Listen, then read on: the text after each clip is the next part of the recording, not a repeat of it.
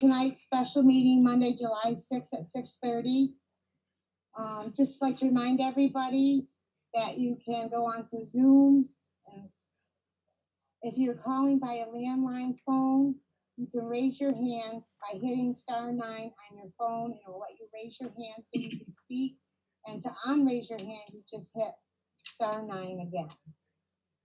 And I would just like to make this little announcement. For the purpose of tonight's public comment period, the board will allow the public comment on the proposed ATV ordinance, as there is active litigation pertaining to the board's development and consideration of the purpose of the ATV ordinance.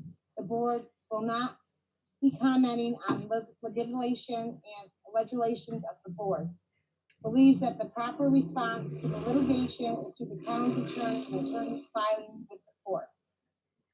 I'd also like to remind everybody to be respectful. We're going to allow everybody to talk for 3 minutes, except for one person. She may talk for 5 minutes because she's representing them. So the first person you can allow in, please. First person with a question? Anybody with a question or comment? Public Please comment? raise your hand.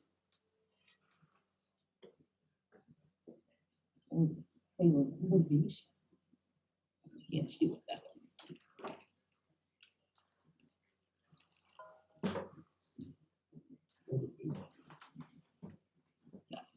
Can't bend your tongue, that's all. How do we raise our hands? If you go down to the bottom, there's a little spot to the lower right side, if I remember right, that you can click on. It'll raise your hand. And remember to say your full name, please. All I have is reactions down there. Okay. You need to turn that off. I hate to say it. Yeah. Yeah, we can't hear her. We're gonna have to shut that off.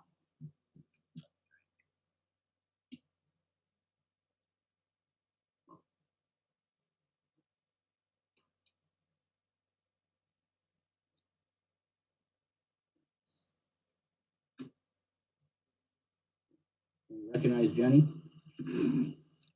Jenny, are you there? Yeah, I'm here. I figured it out. You have to click on participants and then you get the button on the chat part of the screen, but for raising the hand. Okay. For future, for everybody else. I hope that's not part of my 3 minutes. No. Okay, thanks. I would like to thank you for taking my recommendation to add draft to the proposed ordinance posted on the website. I want to clarify once again that I am not anti-ATV. My entire objection is to Section 4. You propose to open all town roads. Route 7 and Route 346 are state roads, so Pownal has no authority to open those, so they remain closed if this ordinance passes and sticks. That is where our only gas station and only food shops are, so your statement of intent actually makes no sense. You've added 5 roads that are restricted to residents of those roads, but no actual plan on how exactly to enforce it. How will residents be identified?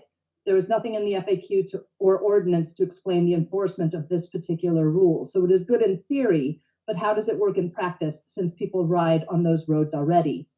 What is the point of opening roads that can only be accessed by those 5 roads?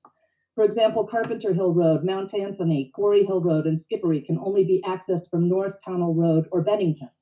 Cedar Hill Road can only be accessed from North Pownal Road or 346. So what's the point?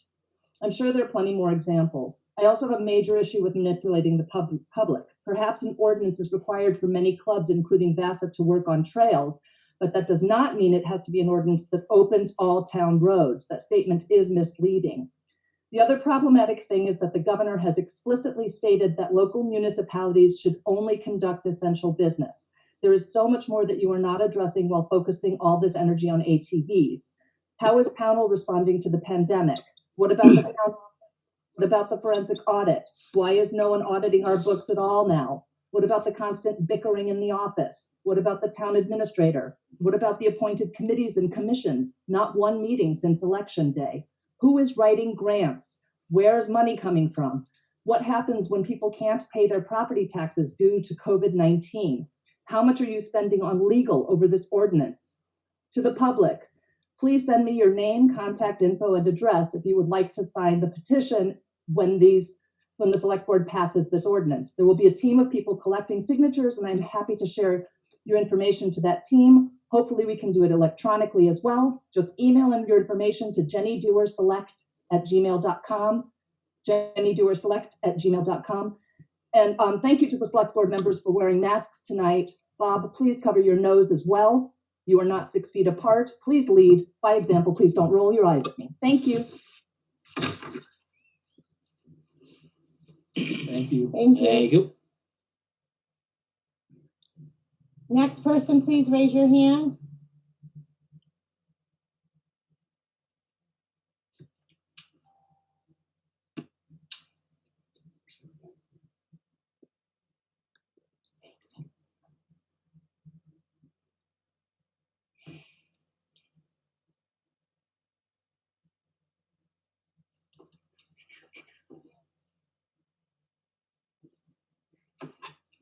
Say again.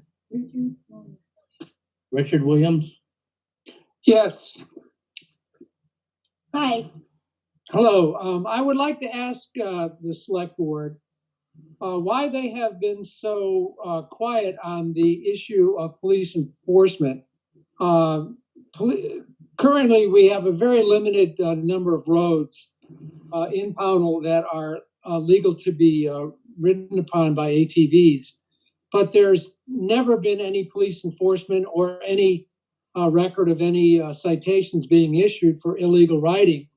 So why would we expect that the proposal that you're putting forward in your ordinance would change any of this? And I would like an answer to that tonight.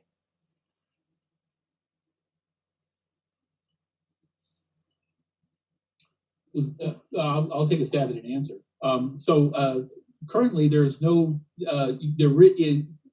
the state police and the Vermont and the Bennington County Sheriff have a no chase policy.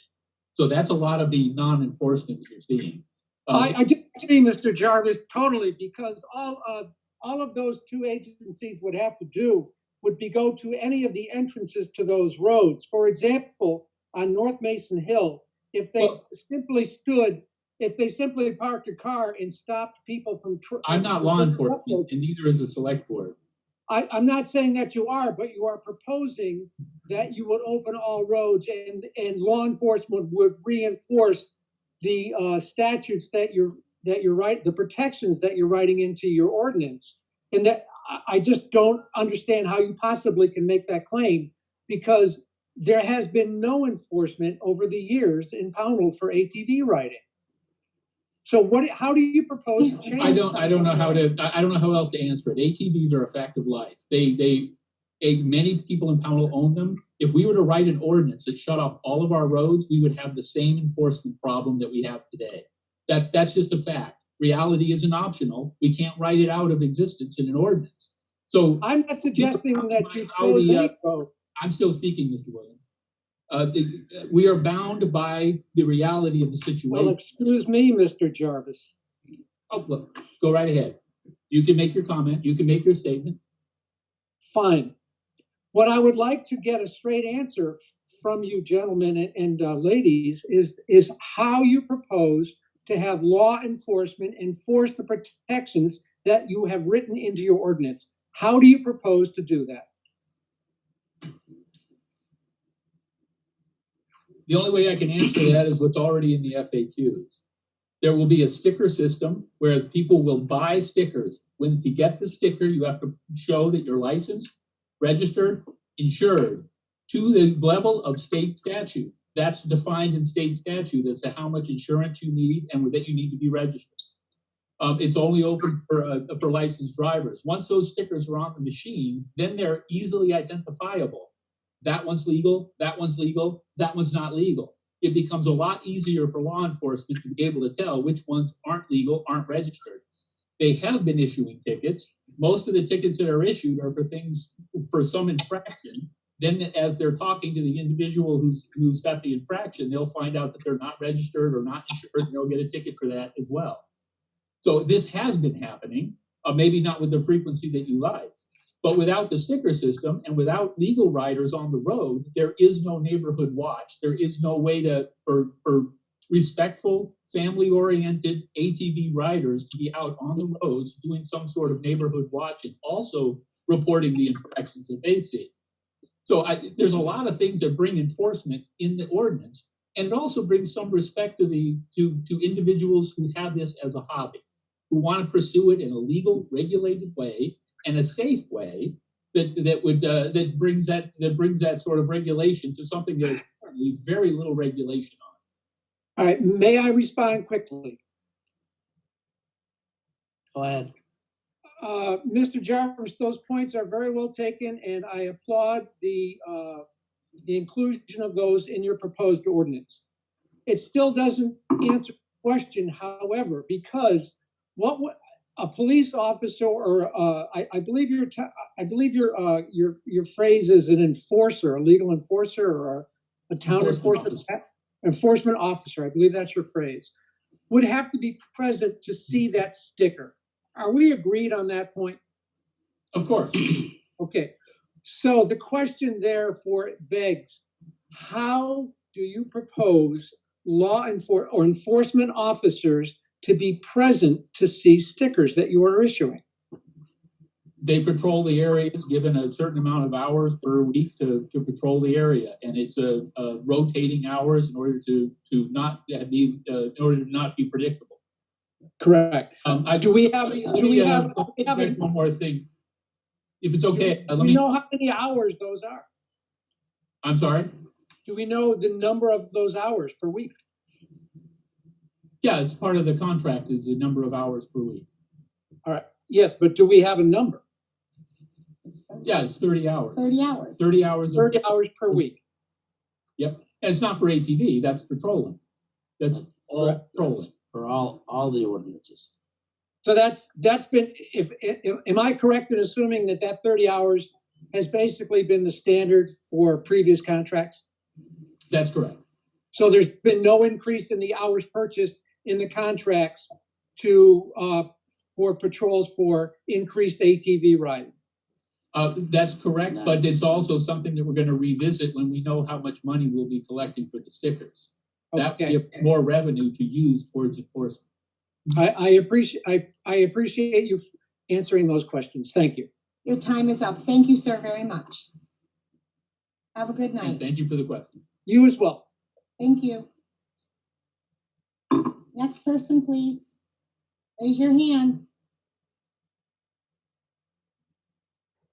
Mr. Williams, we're going to see you on the screen until somebody else asks the question.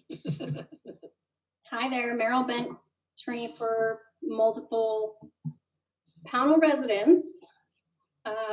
Miss Bennett, Bent, yes. I've discussed it with the board and we're gonna give you 10 minutes tops. Okay, thank you. So the first comment I have is that the traditional manner of collecting signatures, this is going to the electronic signature question. The traditional manner of collecting signatures for a petition pursuant to 24 VSA 1973, which is the mechanism you've pointed us to for challenging an ordinance. The traditional method is to not only canvass other residents in person, door to door, but also to place petitions in public areas that are frequented by voters, such as the town office, local stores, etc. Due to COVID-19 restrictions, the volume of people going into public spaces is significantly reduced. Further, it's not safe to ask dozens of people to touch the same piece of paper for purposes of signing a petition.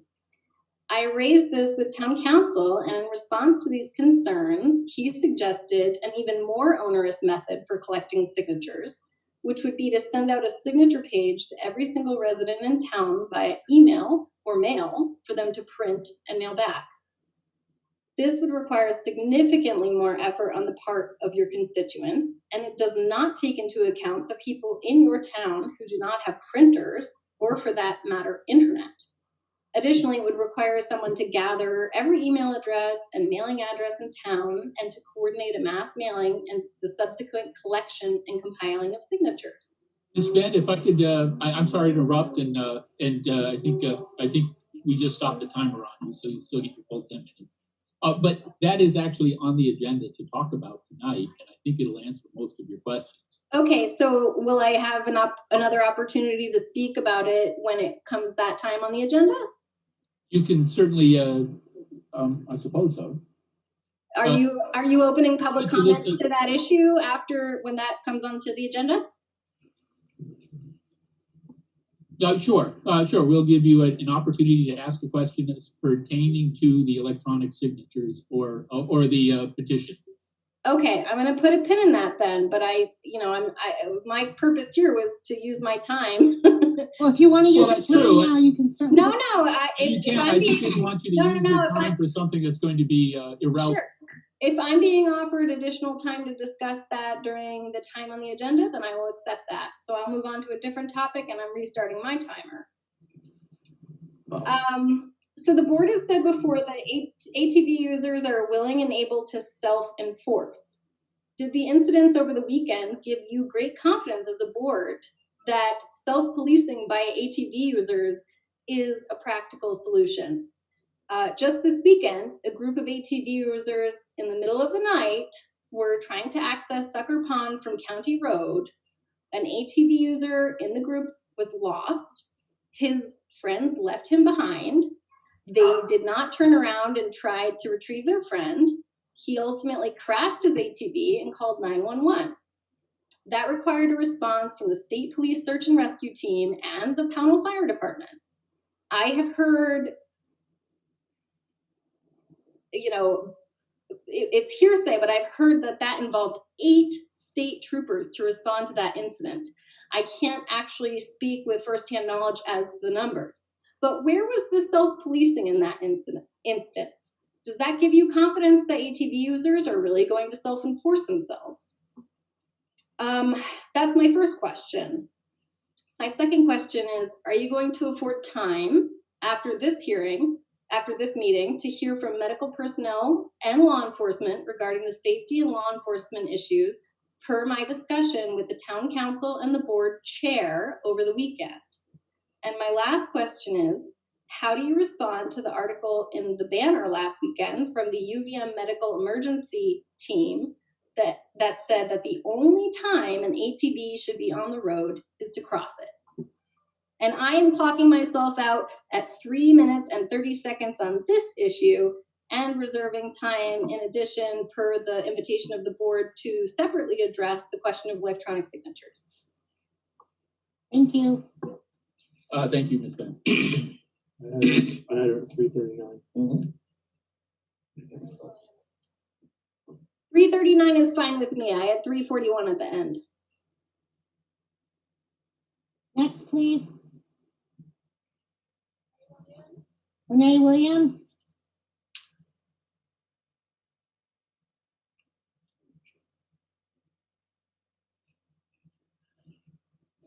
Mr. Williams, is it Mrs. or Mr.? Mrs. Mrs. Williams, are you there? Renee?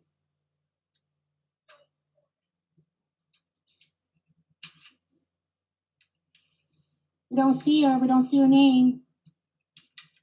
She's unmuted. Miss Williams, are you there? Can you hear us?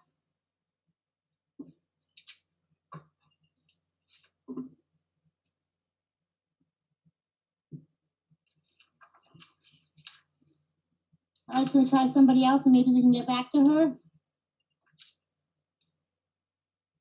Please?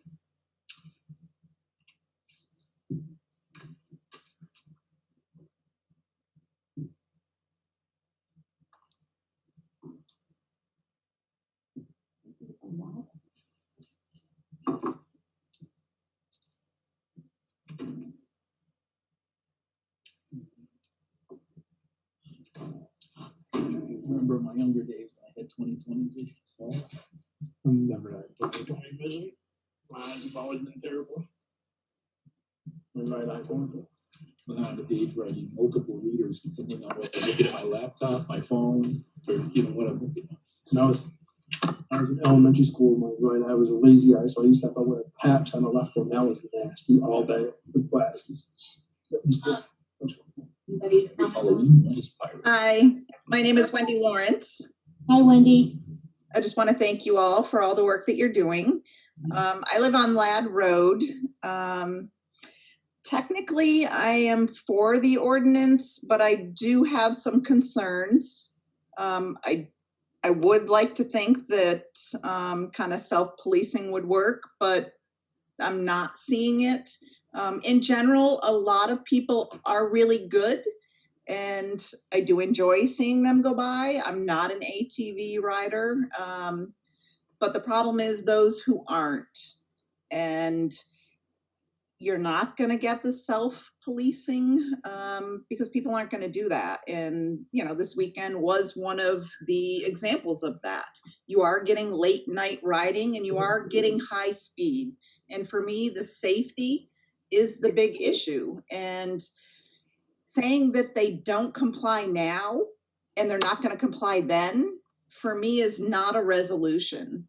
So my big question is, how is that going to be addressed? Not only now, how should it be being addressed?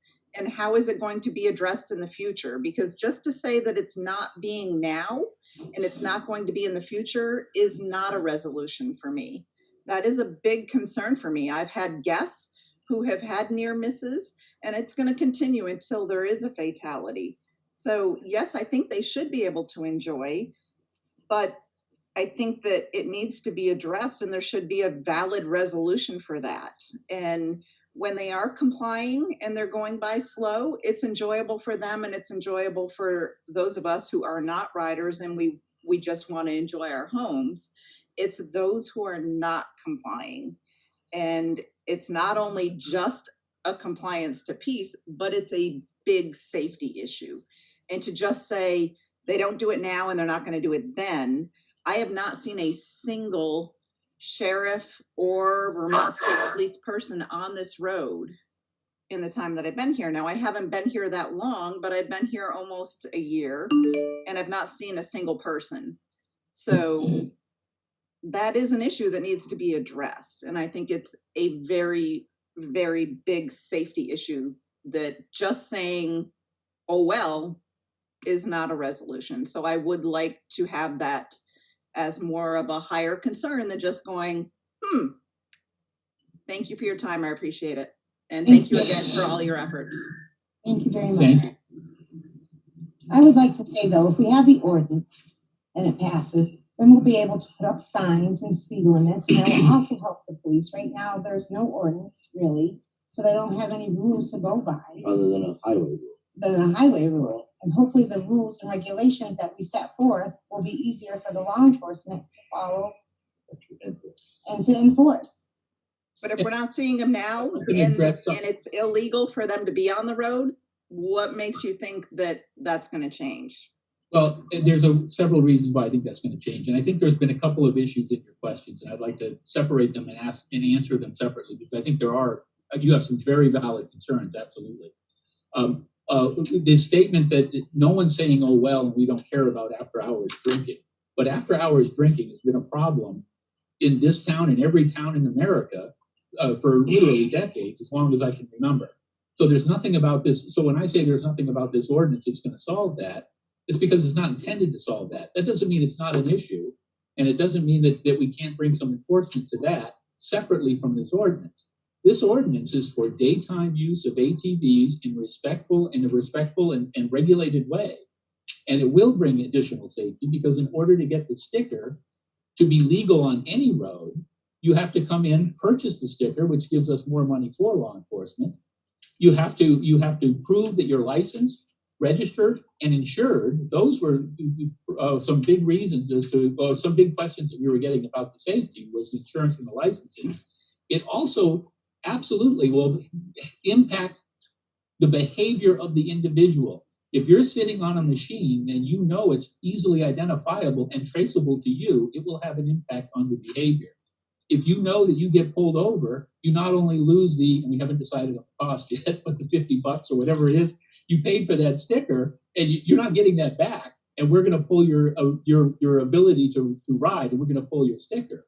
They're going to be protecting that. You also don't have self-enforcement today, because you don't have anyone who's stickered, and you have very few people who are actually legal on the roads today. Once you start getting legal people on the roads, that's where the self-policing comes in. I don't think it's realistic expectation to think that self-policing is going to take care of the 2:30 a.m. parties. That's not going to happen. People who would be on the road and using our roads in a respectful way won't be out there at 2:30 a.m. because it's not permitted by the ordinance. So Right. that, you're right, that is a separate enforcement issue. But last year when we got those complaints, it wasn't just ATVs. It was cars, it was dirt bikes. It wasn't and I don't see it as an ATV issue personally. I see it as a DUI issue and a DWI issue. It's driving while intoxicated, and it's the after-hour partying, no matter what the vehicle of choice is, that occurs in every town. And you are absolutely right that we need to do something about that. But I don't see how that's at all tied to the ordinance. But the rest of it, I think there's reasons why you can believe that the behavior will improve once it comes out of the shadows. You don't have riders racing to get to their riding location because they don't want to get caught on the road because they're out there illegally. If they're out there legally, they can go slower and not worry about getting pulled over. And they also know that other people will be out there watching. Well, I guess the concern is that if we're not addressing the issue now, and it's already an issue, you know, a fairly big issue, then, and we're just moving forward. I guess I'm a little confused. Like we're not addressing the current issue and we're moving forward. Like, why are we not addressing the current issue? Well, So, or at least proposing how to address it. But my time is up. So it's a difficult issue because, like I said, there are a lot of very respectful riders and I enjoy seeing them. And I almost wish that they would stop and say, hey, you know, I'm a new neighbor. I am. So I would like to meet some of them. So, yeah. Thank you so much for calling in. Thank you very much. Thank you. one of the other things is when we hear concerns, we do let the sheriff's department and the BSP know of the areas and the times. Last year I went around and set up cameras, and a lot of that late night stuff, actually very few was ATVs. It was pickups, Jeeps, raised vehicles that were out there mudding and stuff. Well, I can guarantee you mine is ATVs. I set up on some connector road, but not on Lad Road last year. Yeah. All right. Thank you very much. Have a good night. Thank you. You too. All right, next person, please raise your hand. Renee Williams, are you there?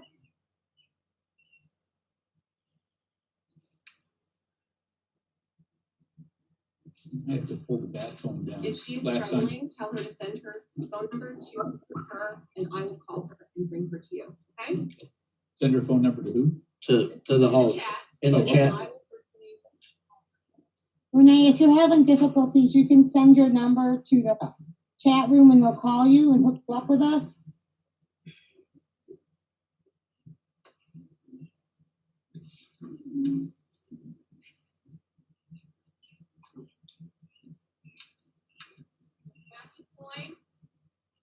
Matthew? Can you hear me? Yep. Go ahead. Okay. I am the president of the Pownal ATVs regulator. I just have a couple of things to say. First off, we're a family-oriented nonprofit ATV organization that has 7 main goals. Charitable giving to both time and resources to our local Pownal community, education and outreach regarding responsibility, ridership, and community action, encouraging safe, courteous law and legal use of ATVs, foster positive relationships, and appreciation for local landowners. Developing and managing a townwide trail system and promoting the development of recreation areas for the use of ATVs in the town of Pownal. We actively support the preservation of the natural environment through trail and townwide cleanups, render public service, including in case of emergency and or disaster.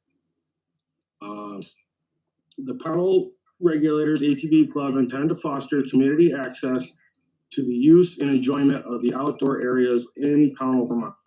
We seek to conserve and respectfully use the natural resources of Pownal for healthful purposes.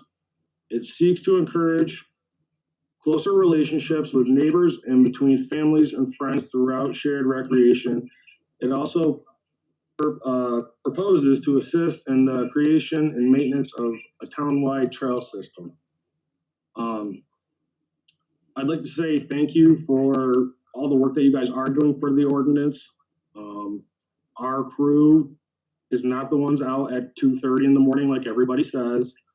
We clean up the trails. We actually helped assist with that accident that happened this past weekend, pointing people, law enforcement, in the right direction. You know, anybody can join this club, and we just want to have a good time, be legal about it, be safe, and that's kind of all I have to say at this point. So, Thank you, Matt, for calling in. Yeah, I appreciate it. We appreciate it. Thank you. Thank you so much. Next person, please raise your hand.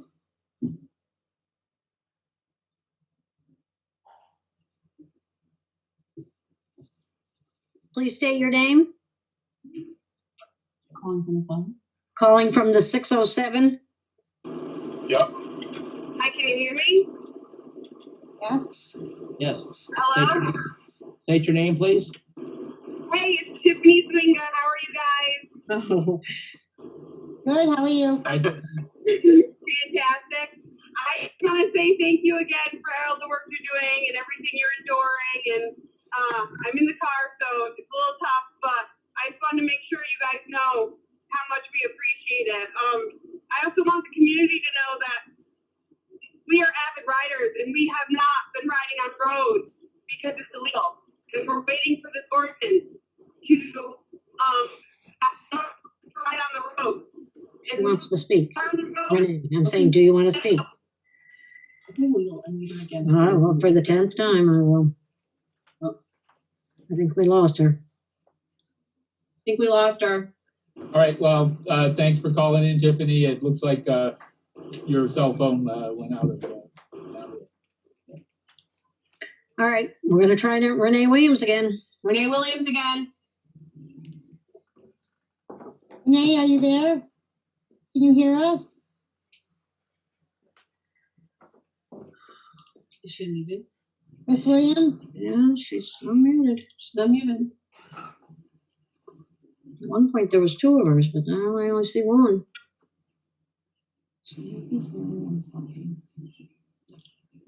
No, I don't think we should. Unless they're. Hey, Priscilla, by the way, we can hear you talking out here, so I'm not sure if you need to mute yourself. There's Renee. Renee, are you there? Hello.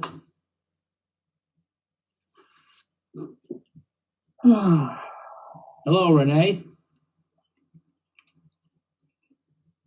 We can hear Priscilla. We can hear Priscilla. This is Meryl Bent again. I'll go if Renee's not ready.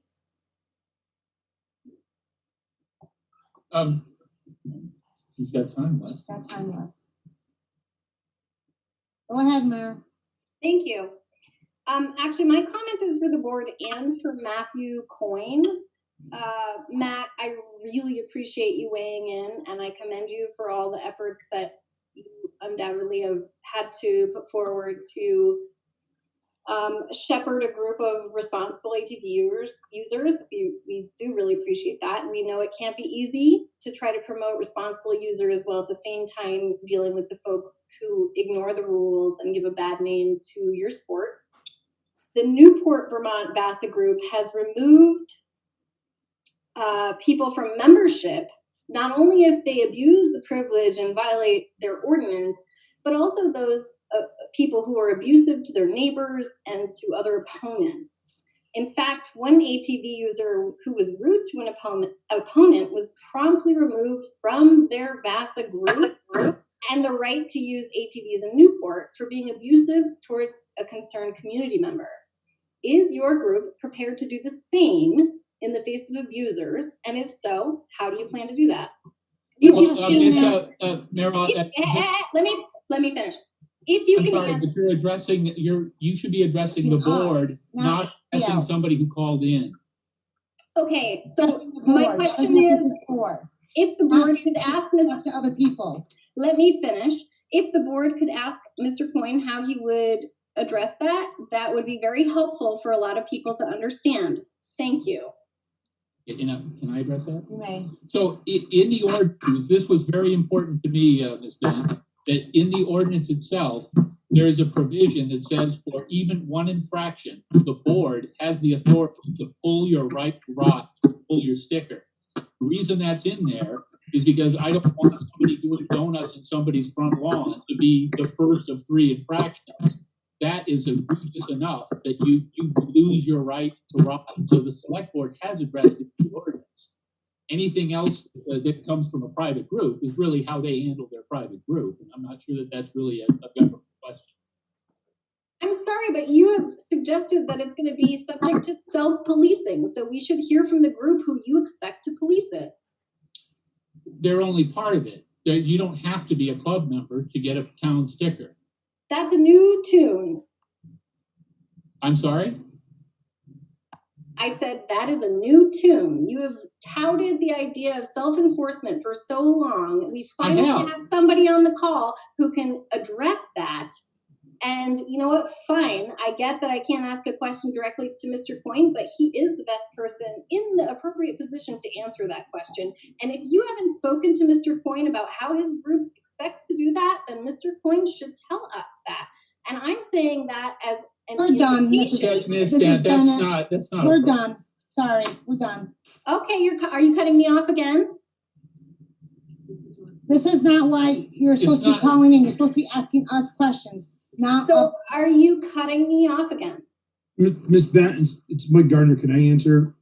Can I try? I would love it if somebody would answer. Sure. I think at this point in time, to the best of my knowledge, this is the first time that any of us sitting on the select board has heard from Mr. Coyne. So I think it's kind of unfair to ask us to answer his question or to even have him answer that question at this time. We have not, his conversation tonight, like I said, is the very first time that we've heard from him or his group as far as I know. So, you know, I think you have some very valid points, and I'm sure that Mr. Coyne could answer those questions given an opportunity. And I don't think tonight would really be that time, because obviously I'm sure he's not prepared to answer those questions from you, and it'd be kind of unfair to put him on that spot.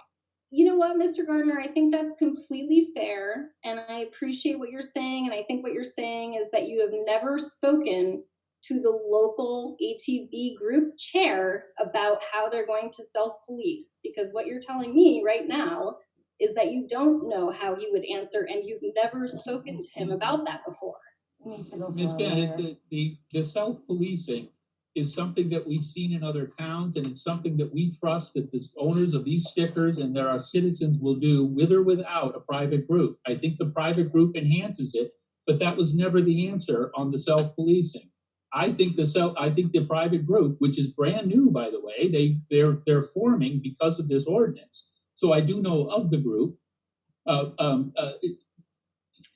that's not required for self-policing. That's the answer. So I am correct that you've never spoken to that group before about their intentions? As I just stated, Ms. Ben, they just formed. They are a brand new group. I do know that they have a code of conduct. I know that I knew that those were some of that code, but that was hearsay, and that was just stuff I heard through the grapevine. And I was very pleased to hear that we were getting a group starting up.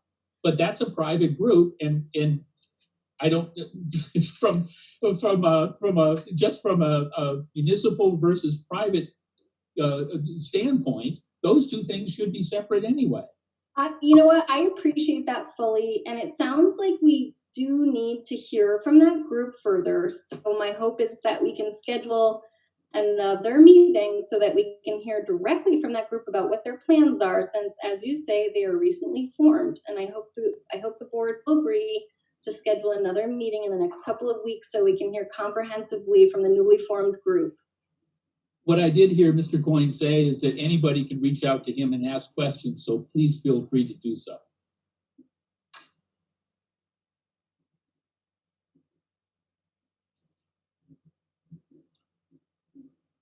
Is she done? Okay. Oh, I'm done until we get to the electronic signatures piece. Thank you. Thank you. Thank you. Jim is next. It just says Jim, I assume it's Jim Kosich. Jim, are you there? Hello, Jim. Next for public comment.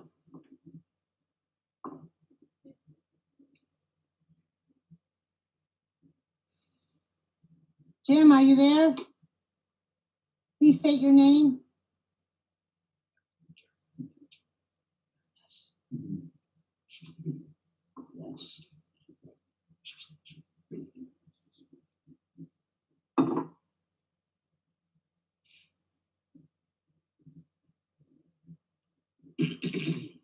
That's fine.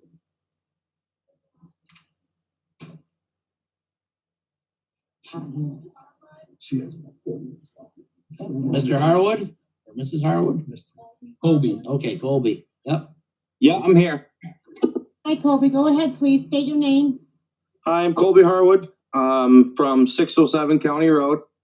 I just want to start off by saying that to the board, thank you for your patience and your dedicated work to the town. I think if we don't have an ordinance, that both sides will have a very big issue. If the ordinance passes and everything goes according to plan, there's been multiple states, multiple counties, multiple towns in Vermont and all over that have had very good success with ATV ordinances. Along with where we go ATV riding most of the time is in Norton, Vermont. And we go over into New Hampshire. New Hampshire, you can ride on the road, but you have to be completely 100% legal. And they have very minimal issues. If they have an issue, there are plenty of police officers that are around. Especially up there, there's a lot of border patrol. So with policing, I think with what Mr. Jarvis was saying about the sticker money could possibly go towards some enforcement of law enforcement for the sheriff's department, I think that'd be a great idea. So that's my thoughts on it. I appreciate everything you guys are doing, and that's it. Thank you very much for calling in, Colby. Thank you very much. Have a good night.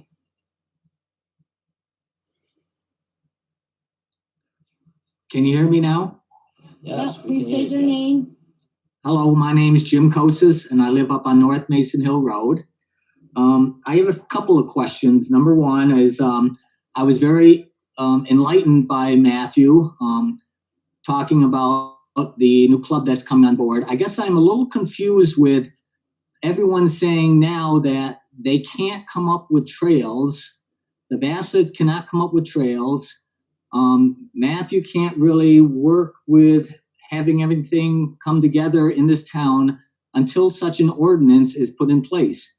I think that is the horse in front of or behind the cart. I mean, we need to have some trails. I'd love to see where the trails are. We need to know more about what this club intentions are going to be. I don't think the board is doing their due diligence in this whole situation. Similar to last year when an ordinance did come out, I told the board they were moving too fast with this. They are not studying where the road should be, which road should be open, what are the ramifications for enforcement, what are the ramifications for peaceful quiet. I live on a road that is parallel to a road that is open. Unfortunately, Old Military Road, which everyone knows about, has been totally destroyed by vehicles and everything else driving on that road. And so side-by-sides and ATVs don't want to take that road. So what they do is they take the residential road that is not open, where they can step on the gas and just move. I'd like to ask the question is, if this ordinance was to pass, it's not to the point of being annoyed by an ATV. I'm not against them, but now I'm at the point of about 20, 30 of them going by the house every weekend. So is there a way to put into the ordinance a quantity of the number, and after 5, can we stop it? Because it is annoying all day long. Number 2, you say that the sheriff's department is going to be out there and can patrol. They do not work weekends. I am very good friends with the dispatcher on the phone. I don't know who he is. He knows me by my name.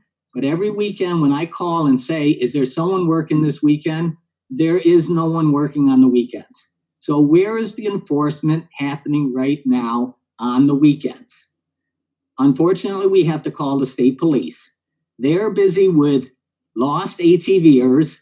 They're also busy with Pownal residents riding as DUIs, crashing.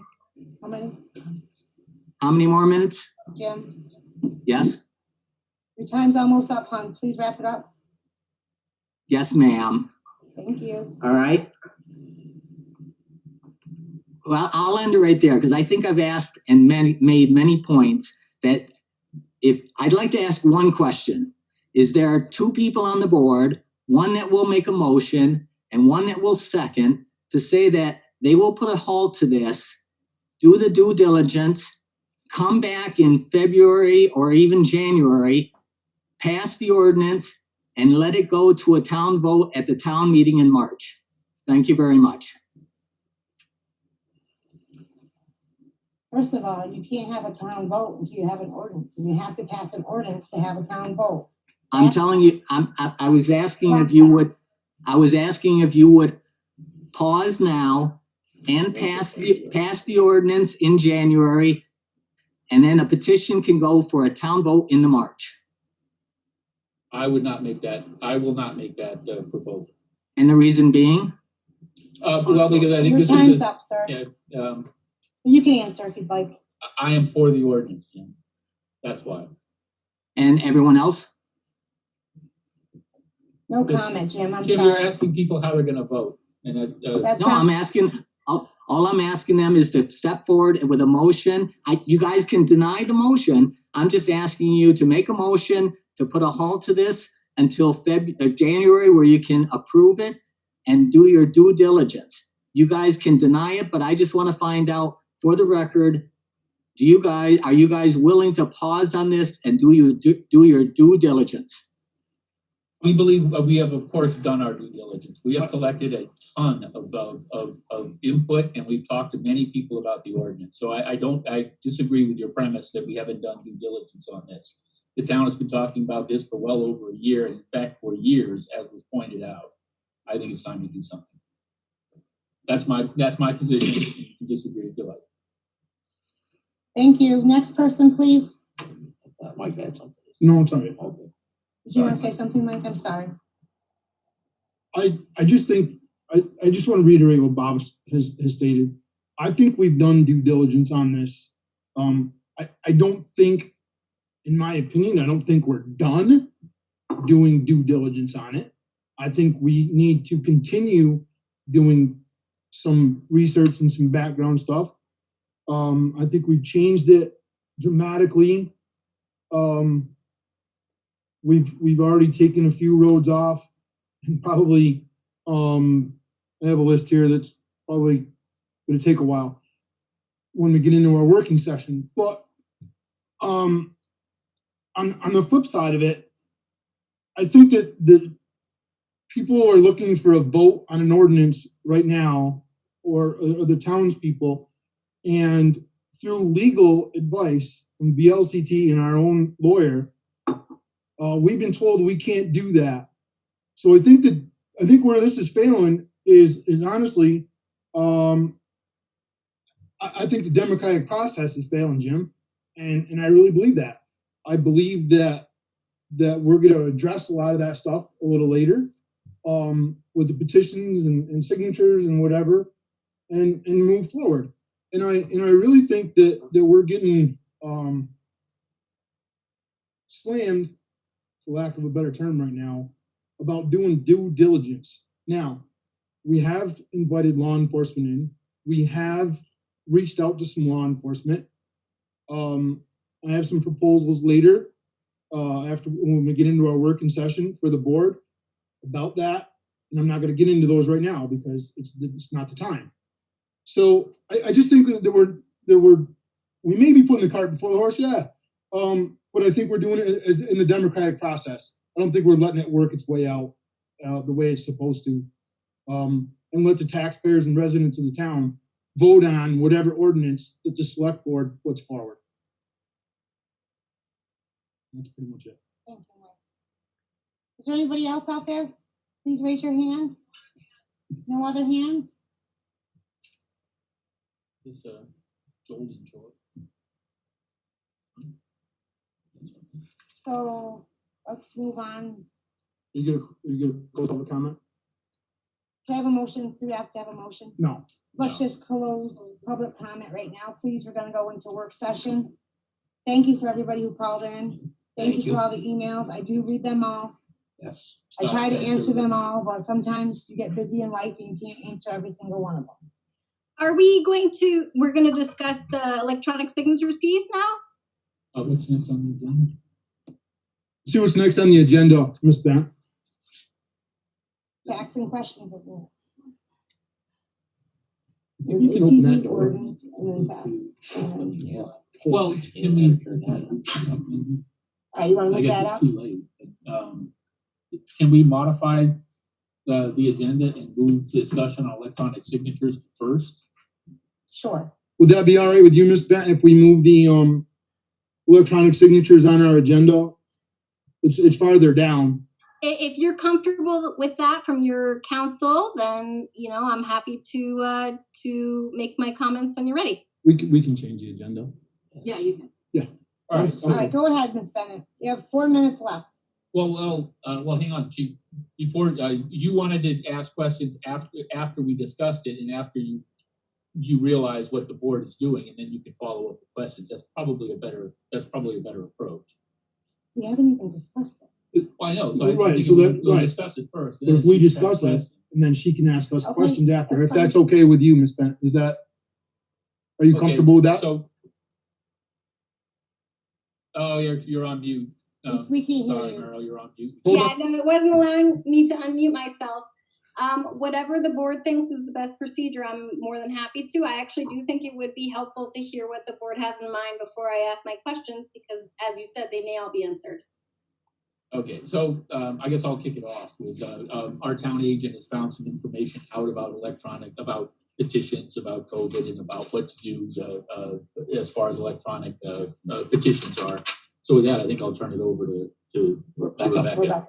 Hi, this is Rebecca Dragon, and I just wanted to let you guys all know, I spoke with town council and about this question. I brought it up to him about electronic petitions, and the Secretary of State is giving it to the discretion of the towns to decide if they would like to accept electronic signatures on petitions during the state of emergency. And after speaking with him, I guess one of the questions is how verification happens.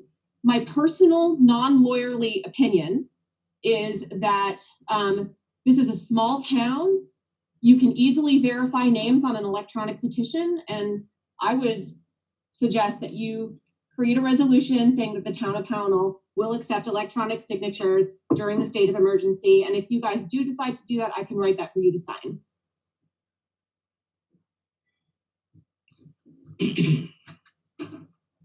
My opinion, is I totally agree with Rebecca. It's a pretty small town. It's a fairly insignificant amount of signatures that are needed on a petition. And I believe that it would be fairly easy for a town official to verify those signatures that they are town residents. I spoke to Julie today. There is 2,486 registered voters in the town of Pownal. They would need 5%. That's only 124.3 names. And Julie will check all names on the list. They must be registered voters. They can live in the town of Pownal and sign the petition, but they will not be counted. Or if they're not registered, they have to be registered to be counted, and she will make sure that every person on there is a registered voter. And I just want to say, I work at Stewart's in Pownal. They could go there and within 3 hours have 400 signatures. The COVID-19 hasn't slowed people down from going into Stewart's. Just like to say that. I also want to say that first, this is Rebecca again. That I've actually personally done a couple of petitions, and there's a lot of really great platforms that if you ever it was ever challenged for any reason, it will show the individual IP addresses that signed it. So even simple petitions that are on platforms like change.org, there's a lot of different platforms for electronic petitions. I think it's a great idea personally. So I'll make a motion that we allow electronic signatures for a petition. I'll second that. I think I'd like to amend that motion though, Bob. We allow electronic signatures in the state of emergency get handed down by the state. To be careful, yeah, to be specific, only during the state of Once emergency. they lift the state of emergency. Then signatures go back to normal. I just have a motion on the table. Is there any other discussion? Merrill? And actually, No, yeah. she can't talk now. No, She can talk when there's a motion on the table. I thought. Well, we- that's the discussion. Well, I think we should. Okay, go ahead. If we allow. My comment will be very brief. I Okay, Mrs. Bennett, go ahead, please. Thank you. I have two things to say. Thank you for considering this. I think it's a really good idea. I would hope that the board's motion also makes clear that physical signatures are also okay, since there are some folks in Pownal who don't Just say that again, ma'am, and speak up a little. Physical. Physical signatures. Physical signatures are also Physical signatures will always be okay. Yes. okay. And then the other thing I just want to say, apropos of nothing, here is that I want to give kudos to Rebecca, who has been absolutely a gem of a person dealing with all of this craziness and just being very professional and doing her job. And I just want to thank her very much for serving your board, but also serving the people of Pownal. Thanks, Meryl. Are you all set, Ms. Bennett? Merrill, are you all set? I think so. I think so. Okay, so we have a motion on the thank you. table and second. Any more discussion on electronic signature? Bob, Aye. Mike, Aye. Ronnie, Aye. Angie, aye. So the ayes have it. All right, so now we can move into, Although I am hoping to talk everybody out of signing. work session. Remember, you're still on TV. Yeah. Now that people are done talking, I'm gonna turn the fan on, okay? Is that okay? That's good. Are we off the air now? No, no. No, still on we're there. we're still in the work session, but with the commentary. I'm just curious on the discussion about, you know, you have a discussion, I was always under the impression discussion was amongst the group. That's Not probably outside. true, but well, the reason I said that is because we'd already promised her she could speak there, and we were already Which we making a did motion. notice. We didn't allow I'm her. just saying, I didn't feel that it was proper to have someone who isn't on the board and discussion is put up. Is there any discussion? Exactly, I agree with you. And my fault, I shouldn't have made the motion until we allowed her to speak. You should have allowed her to speak first, and then I should have moved. Okay, You're right. that might be. Okay. So, All right, so the ordinance, the ordinance. there's a couple of things. Okay. Well, I know there's a couple of things that I'd like to see changed, and I think Mike, you probably have some input on it as well. Yeah, it might be more than what's anticipated, to be honest with you, but that's okay. We'll deal with it. That's why we're here. That's why we're doing a work session, right? That's correct. So, well, one thing I do need to, we listed out 5 roads, and they were all class 2 roads. But in looking at this, if we put all 5 of these class 2 roads as no ATVs allowed, then we're pretty much cutting off one side of town to the other side of town. So I want to take Church Street off of the prohibited roads of class 2, and that would be the only class 2 that we would allow. And then the others would stay on there. North Pownal Road, Barber's Pond, South Stream, Jackson Cross. And those are our other class 2 roads. And that's only for the exception of residents that live on there. Right, all of these roads would be closed to ATV traffic except for the residents that live there. And the part of that is down there, like let's take South Stream as a good example. There are a lot of ATV enthusiasts who live on South Stream, and a lot of them ride at their neighbor's property 5 doors down.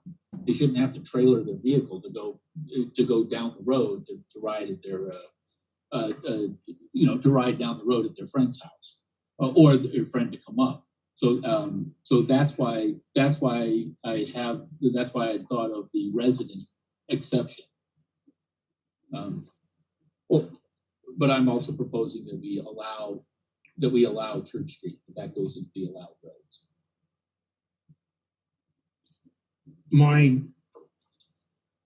I totally agree with taking off those 4 roads: North Pownal, Barber's Pond, South Stream, and Jackson Cross Road. Totally agree with taking those off the open road policy. And to be clear, I want to make everybody to be clear, with the exception of the residents who live on those roads. Right, with the exception of residents. My question is, and like I told you, I play devil's advocate. So my concern and my question at this point is, I gave this a lot of thought over the weekend, and more yesterday than today than any other time. My concern is, at this point, we have taken by taking off North Pownal Road, which I totally agree with. We have now cut off basically the entire west side of Route 7. So now we have put a huge, in just my opinion, okay? Now we have put a huge burden on the private landowners on the west side of Route 7 to keep ATV enthusiasts off their private property.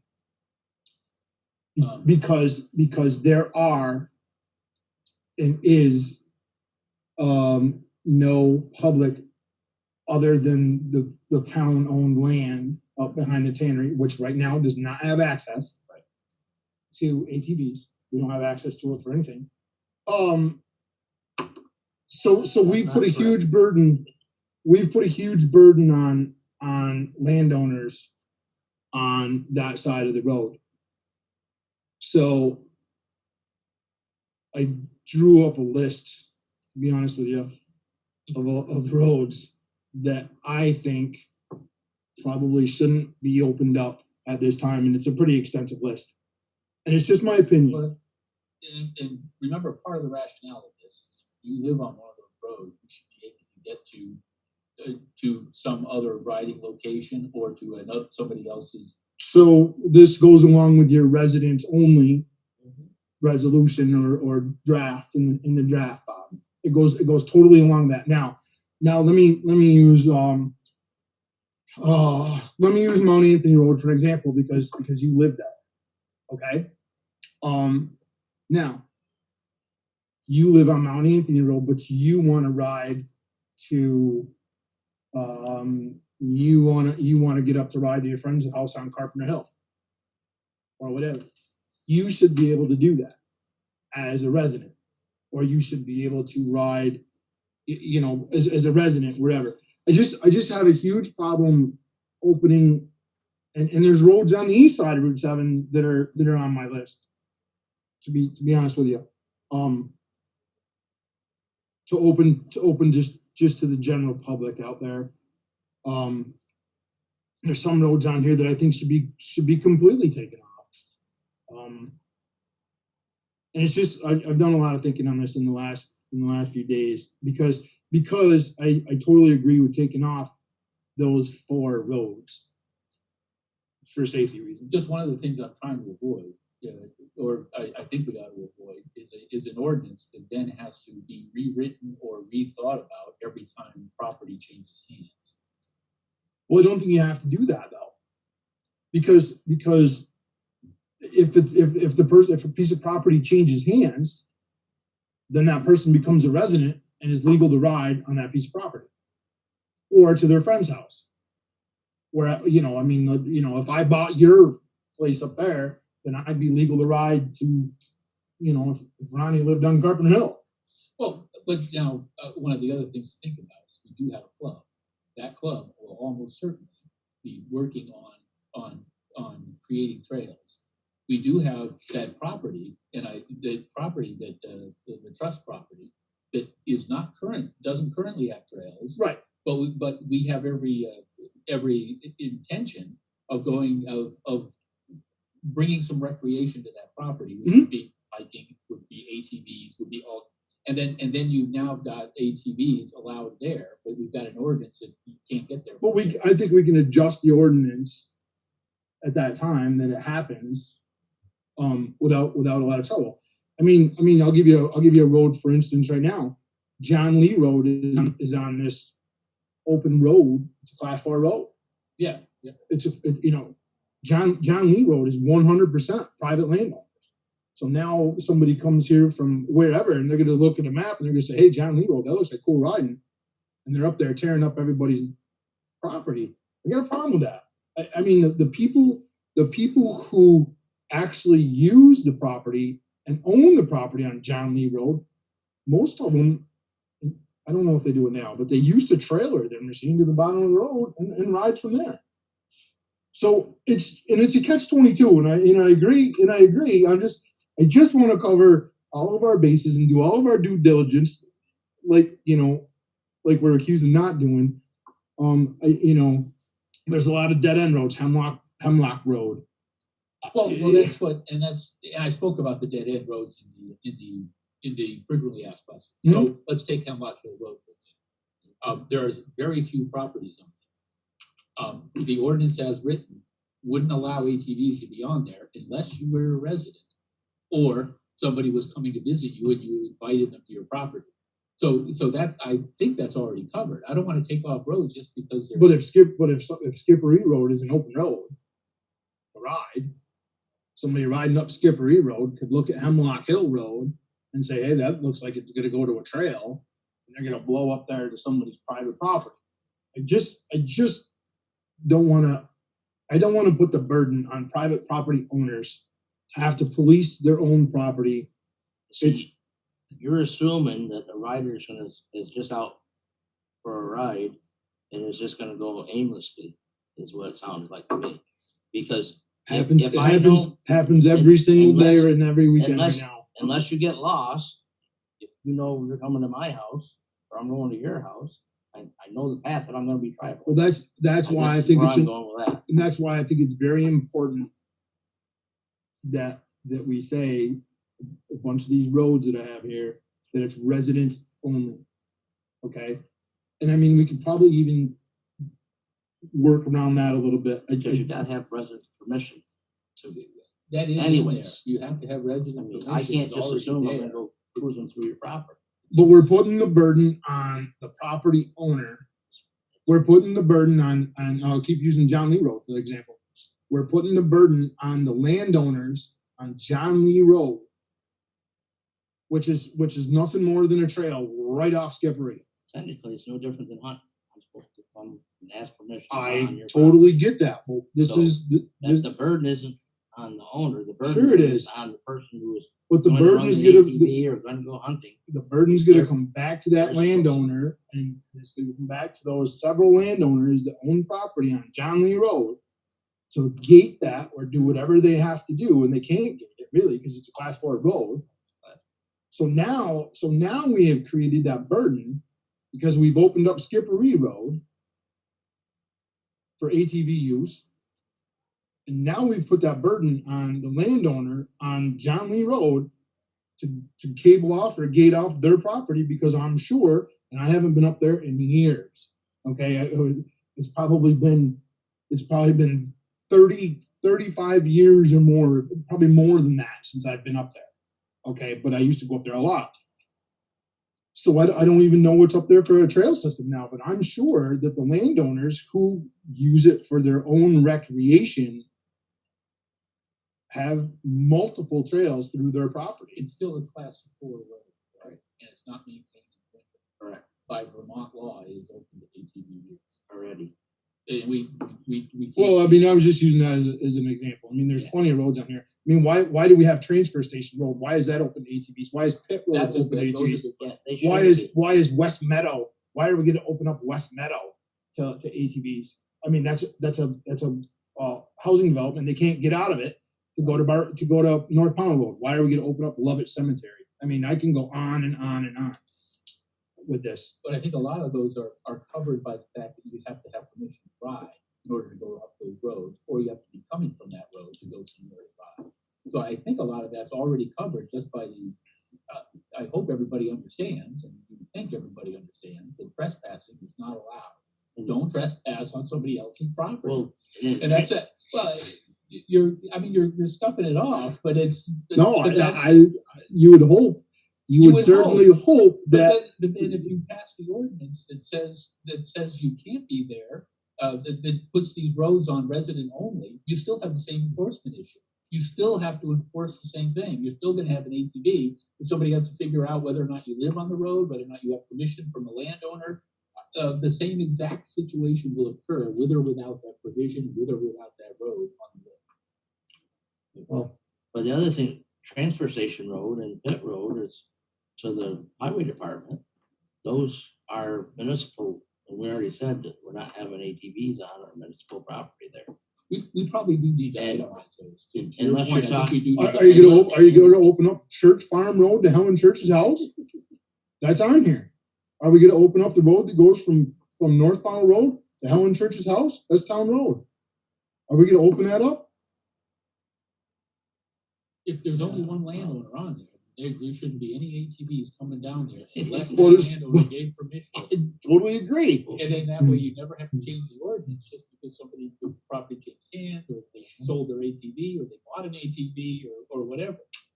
I mean, Quarry Hill and Cedar Hill Road, we're going to open up those when the only two access points or exits off them are 346, what they can't use, and North Pownal Road, what they can't use.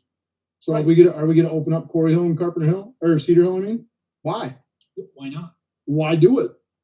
It's an exit point for them. Because There's if nowhere I that they live can on go. this- If I live on Property Quarry owners Hill up there. here, and somebody on Cedar Hill here gives me permission to ride. I Yeah, get to that's a go ride. resident. That's true, but why put in something that you're gonna have to change as we go along? That means nobody should be on that road except residents or people that were invited there. And the only people that could be invited are the ones that live there. I think it's already covered. You're still gonna have the same enforcement issue if you see an ATV on the road. I think in today's world, unfortunately, 20 years ago, and I'm not really going to disagree with you on that, Bob. It's probably is probably.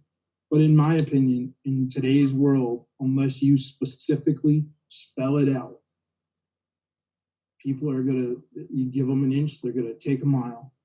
And that's just, it just happens all the time. I mean, I've given people permission, like 90% of the land that myself and my family own is posted.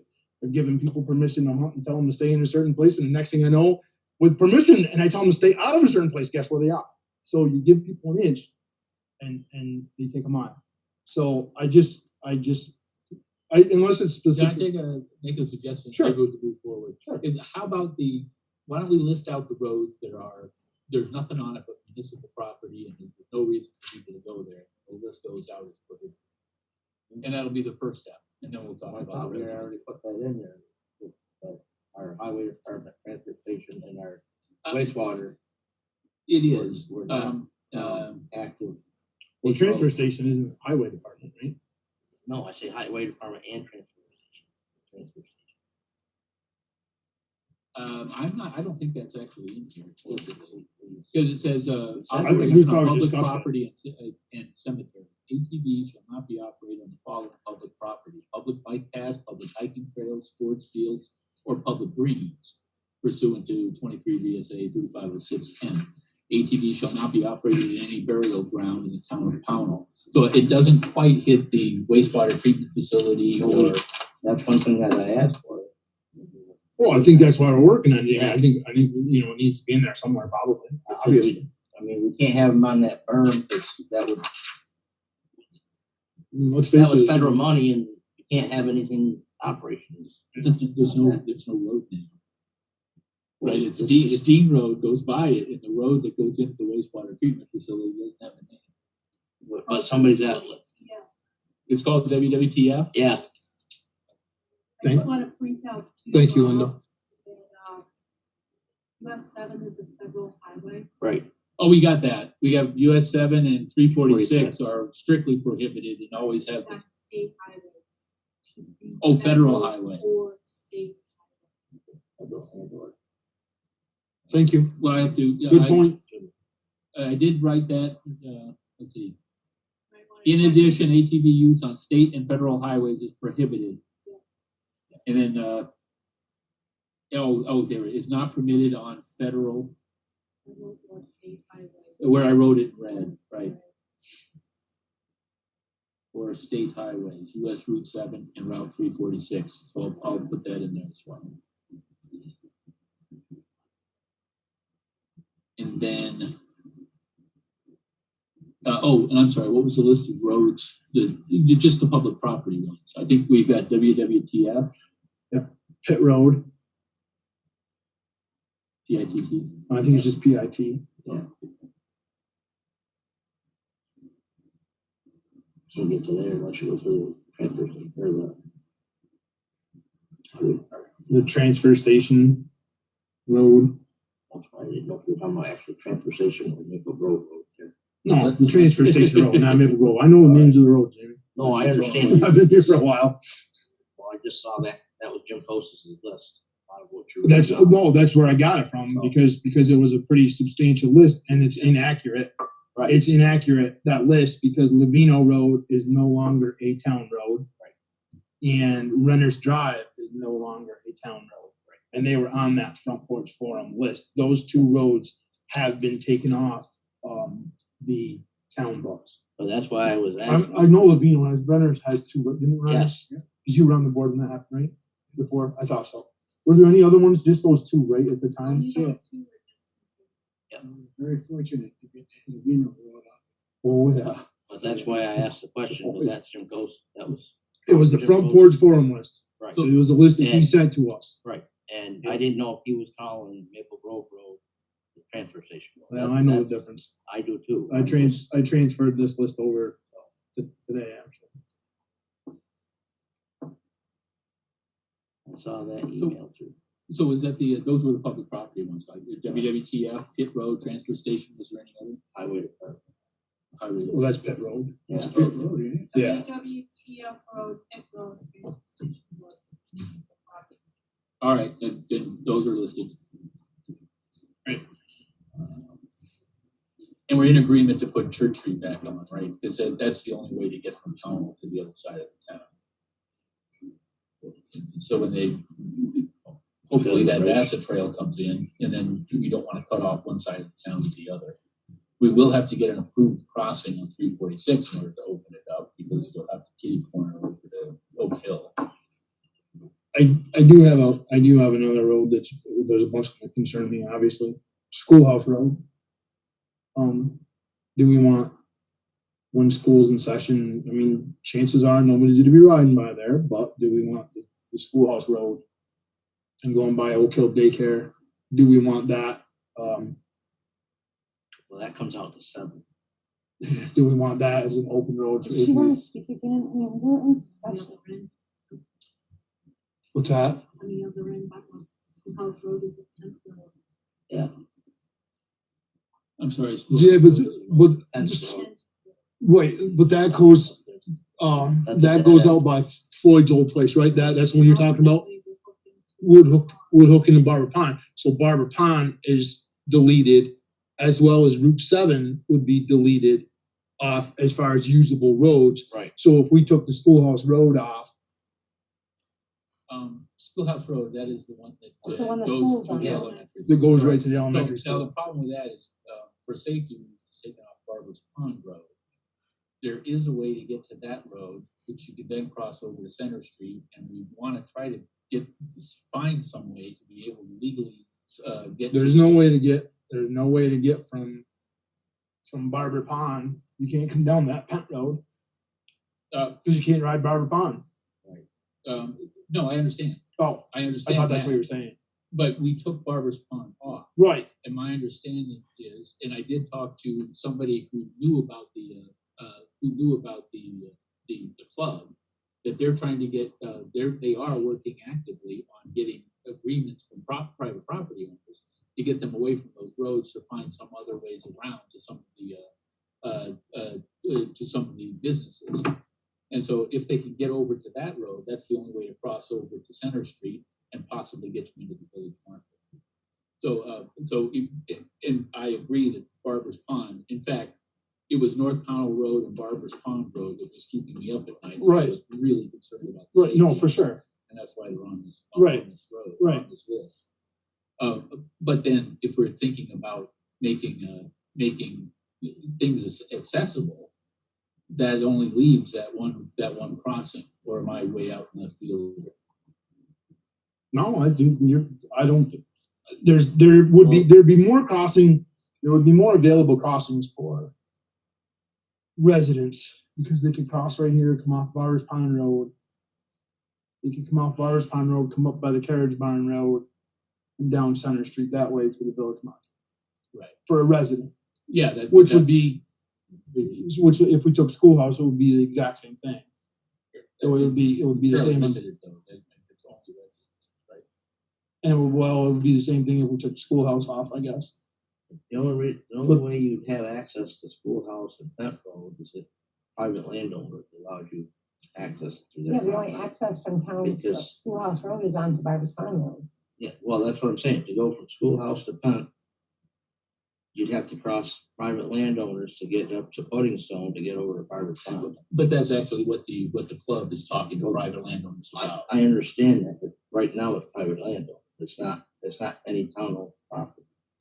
Well, right, no, I understand that, but. Well, there's if a we take town-owned road that goes from No, the I school Yes. out by Floyd's old place, out past Coins, out to Barber Pond. But the two options are, either they get an agreement and they can make it to that road, in which case they can cross, or they don't get an agreement and then you can't get to that road anyway. Right. Well, So I'm not sure why.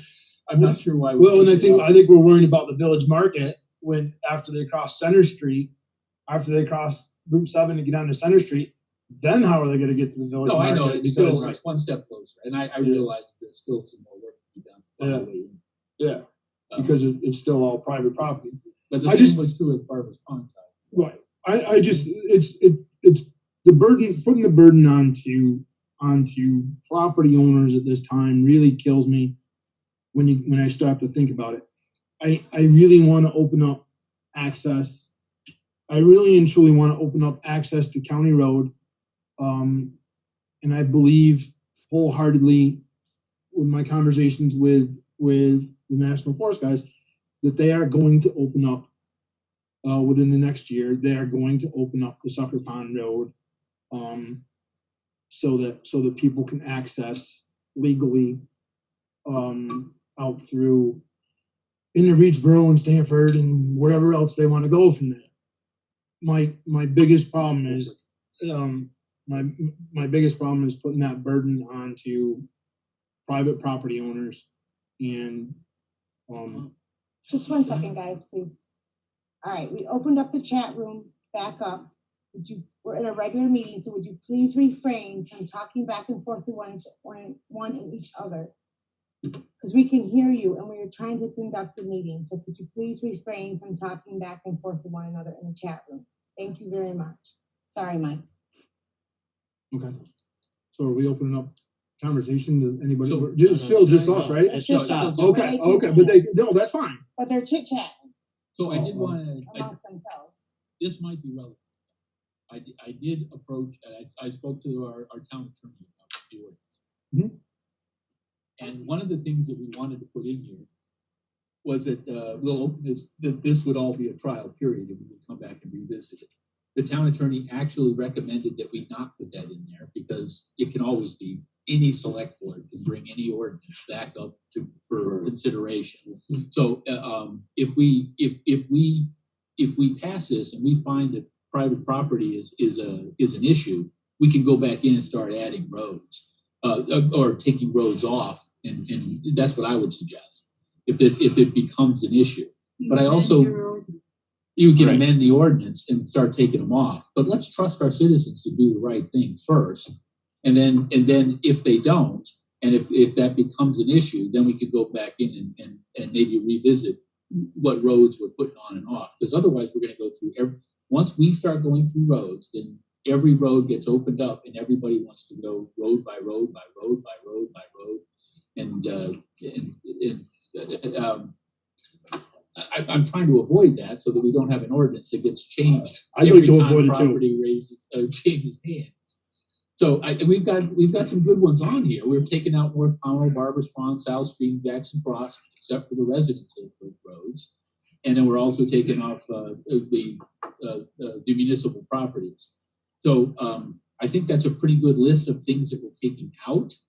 Now, I know we're going to get an enforcement question. I'm going to be totally honest here, and I'm sure people will complain about it.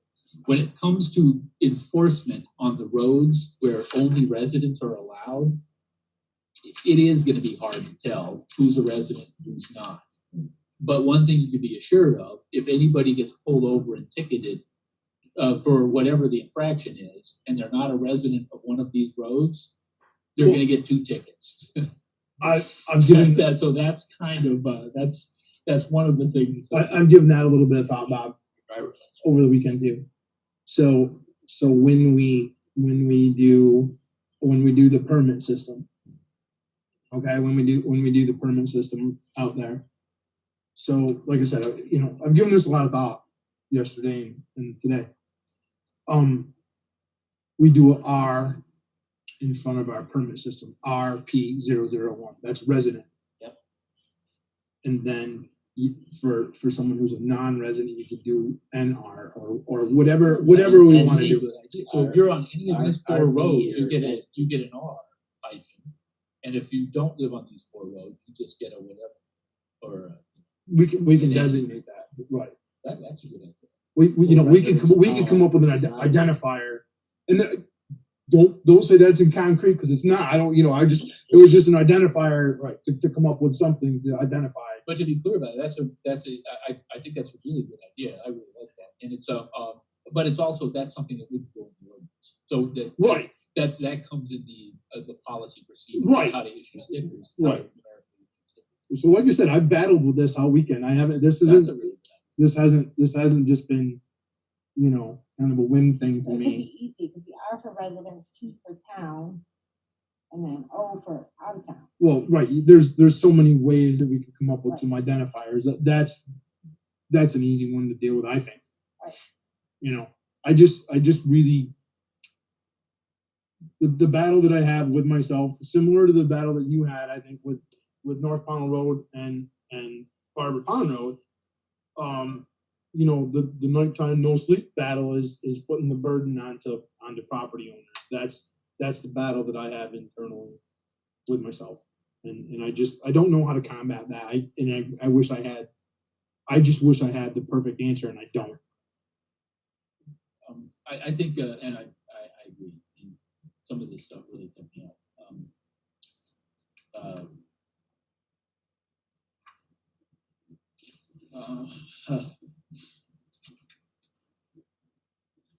So I did have a couple of items I did want to cover if there's Oh. anything else. No, that was my big thing. Yeah. One of the things, I don't think it belongs in the ordinance, but it was a really good suggestion.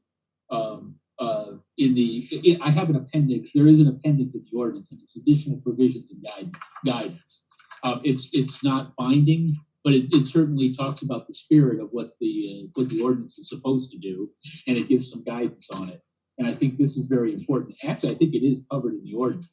So if you read item number 5, on any, it is a violation of this ordinance to operate or permit an ATV owned by the person or under his or her control to be operated on any town highway, and then there's a list of conditions. Number 5 is on any town road if the operator does not properly display a valid town decal on the ATV, and then it lists the Vermont statute. I wanted to put that in the guidance because it does say properly display. If you go up in the woods and you're mudding, if you come out and your sticker is covered with mud, then you're out of compliance. You have to clean the mud off your sticker before you get on a road. So that was actually, and I'm going to actually add that I'll add it to the appendix because it's really not part of the ordinance. Yep. But it is clear that it needs to be properly displayed. Yep. And not being legible because of mud is not properly displayed. So that was one item. So, okay, so getting back to that, just because I just want to be clear, when it says properly display a valid town decal, where is it? Do we put it in procedure? It'll be in the procedure. Policy or procedure? Oh, okay. It doesn't say where to. And I looked at many ordinances. Not a single town has put that policy, procedure, or the appearance of the sticker in their ordinance. So it's all part of a policy, or I'm sorry, part of a procedure for issuing stickers. Okay, I just want to be clear where that's going to be. I don't want to overlook that. I think I think we're in agreement, and that was the advice we got from law enforcement: is reflective 4-inch minimum 4-inch numbers, yep, and to make it reflective. I think we're all in agreement on that. Was that the only thing I had? So I had to change this in order to add the Class 2 road, to add the one Class 2 road. Take additional roads out that don't go anywhere except municipal property. I have to renumber it. If you look at the numbers, they're not quite. Yeah, well, I think it goes from 5 to 8. I don't look at it. It's fine. I just. So I'll renumber those things. With that, saddle. I just don't do it till I find where we're talking about. It'd be helpful too if you pages. Oh yeah, I'll add that too. Okay, sorry about that. Yeah, I'll add that. Oh my You can God. say, I'm on Get with the page program. 5, Get with the section program. Hey now. I'm with it. I'm just kidding. I know. Do you have any questions on it? I'm still confused with this Barbers Pond, North Pond Road. If you live on, them are the main arteries, and you're shutting off all the tributaries. Unless you can explain how that works. I didn't get it if you did. I can't. It's going to be very difficult to explain how that works. It was very. When I first started thinking, I understand your thoughts about maybe the speed or something on a blacktop road, but North Pownal Road comes up. Look at all the exits you got off of. So them people, if they want to go down, they can't get on North Pownal. If you come down Carpenter Hill Road, you can't follow North Pownal Road down Skipper Green. Not that you would have to if you came out. Well, you would if you came out. No, you wouldn't either. You could get through on the upper ways. You're cutting off a lot of places. You got, Quarry Hill Road. Where's that? It only goes to Cedar Hill and then it 346. You live on that road. It's going to be pretty complicated, I think. And the same here with Barbers Pond. It is. There's a lot of tributaries coming down into that. Not a school road. In Valley. In the valley. Oh, Each other roads. and they all go there. Yeah. Ultimately, every road in town pretty much goes to one or the other. It's a given fact, right, Ryan? Well, I can tell you exactly where my thought Why it's was. an artery. My thoughts on this was, it was really tough for me to take the roads off because I know I'm shutting off access from one side of town to the other. But at the same time, the access was overridden by safety concerns.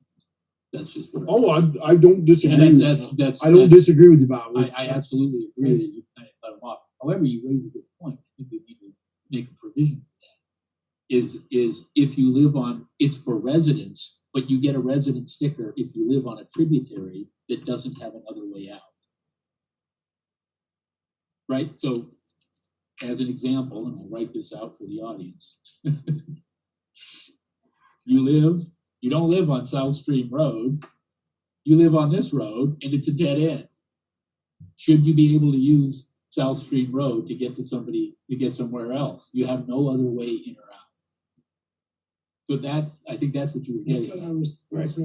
So if you live on one of these roads, you can use the one of these class 2 roads to get to a legal road in the straightest path possible. So you need to come up with a plan for how you're doing it, the shortest path. I'm sorry, I shouldn't say straightest, shortest. And that's the way I got it in the ordinance, shortest. But we need to bring the tributaries in. I think you're right. But I think that I think that is where I was going with all the roads that I have listed here, because I would like to hope, and I do for the most part, I'd like to hope that our residents in the town of Pownal, and I would like to think, this is my personal belief, I'm not here to write an ordinance for somebody who lives in Litchfield, Connecticut.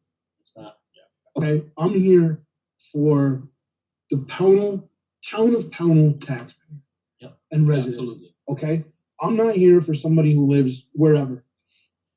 So that's where we probably could sing. I don't want to say single out because that's not the best term to use here. But where we could identify our residents of the town of Pownal, and not to take out people who live in Bennington or Shasbury, because there's some close-knit friends and family that live within the region right here, our little whatever County, yeah. Okay. But I really don't care about that person, because the person who trailers their ATV or side by side in here to ride, and legally the only place that they really have to ride is County Road, right, or Old Military, Dummy Noble, whatever, out that way. Okay. I mean, even if we pass an ordinance, unless they're going to someone's private property, they're going to your house to ride, or my house to ride, or my property. So they can trailer to that point, and they can trailer to somebody's. Finding a place on County Road might be a little difficult, but we could probably maybe able to come up with something like that. But to trailer to what they're doing now, when somebody comes in from Cheshire, Mass. I know there's quite a few people that come in from Cheshire. When they come in and trailer in and then ride up Lad Road, those are and I don't say I don't care about them, because I do, but I care about my residents, my taxpayers way more, and the people who live in Bennington, whatever, that are right here that can come in and ride, our neighbors. So that's where putting the burden on the landowner comes in, because now that person from Connecticut or whatever, they don't know who owns what piece of property. And I've got side-by-side trails that go through my property all over in my farm, but I don't want just any Tom, Dick, and Harry on it. I don't. You also have your property that says private property, right? Well, yeah, my property's posted, but there's a lot of private property in town that is not. posted, and they have trails, and, you know, I mean, I can give you hundreds of examples. Well, and this is where, I remember one of our earlier conversations, I did not want to put the burden on the landowner. Right. To say, you know, I don't want to make it legal to ride on private property unless you have permission, and it is required that you have permission. Right. And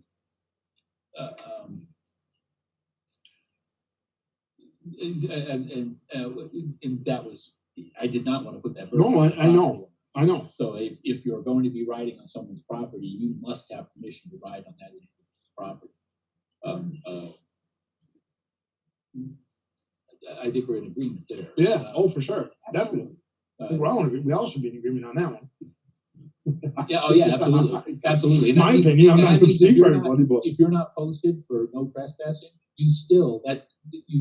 ATVs are still not allowed. Exactly. Unless you have explicit permission from the landowner.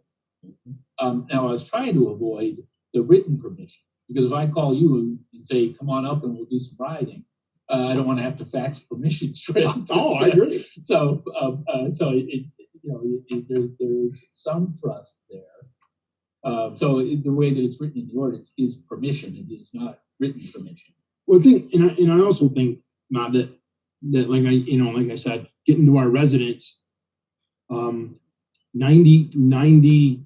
98% of our residents are pretty competent people, maybe even more than that, are pretty competent people that are going to take care of what's going on.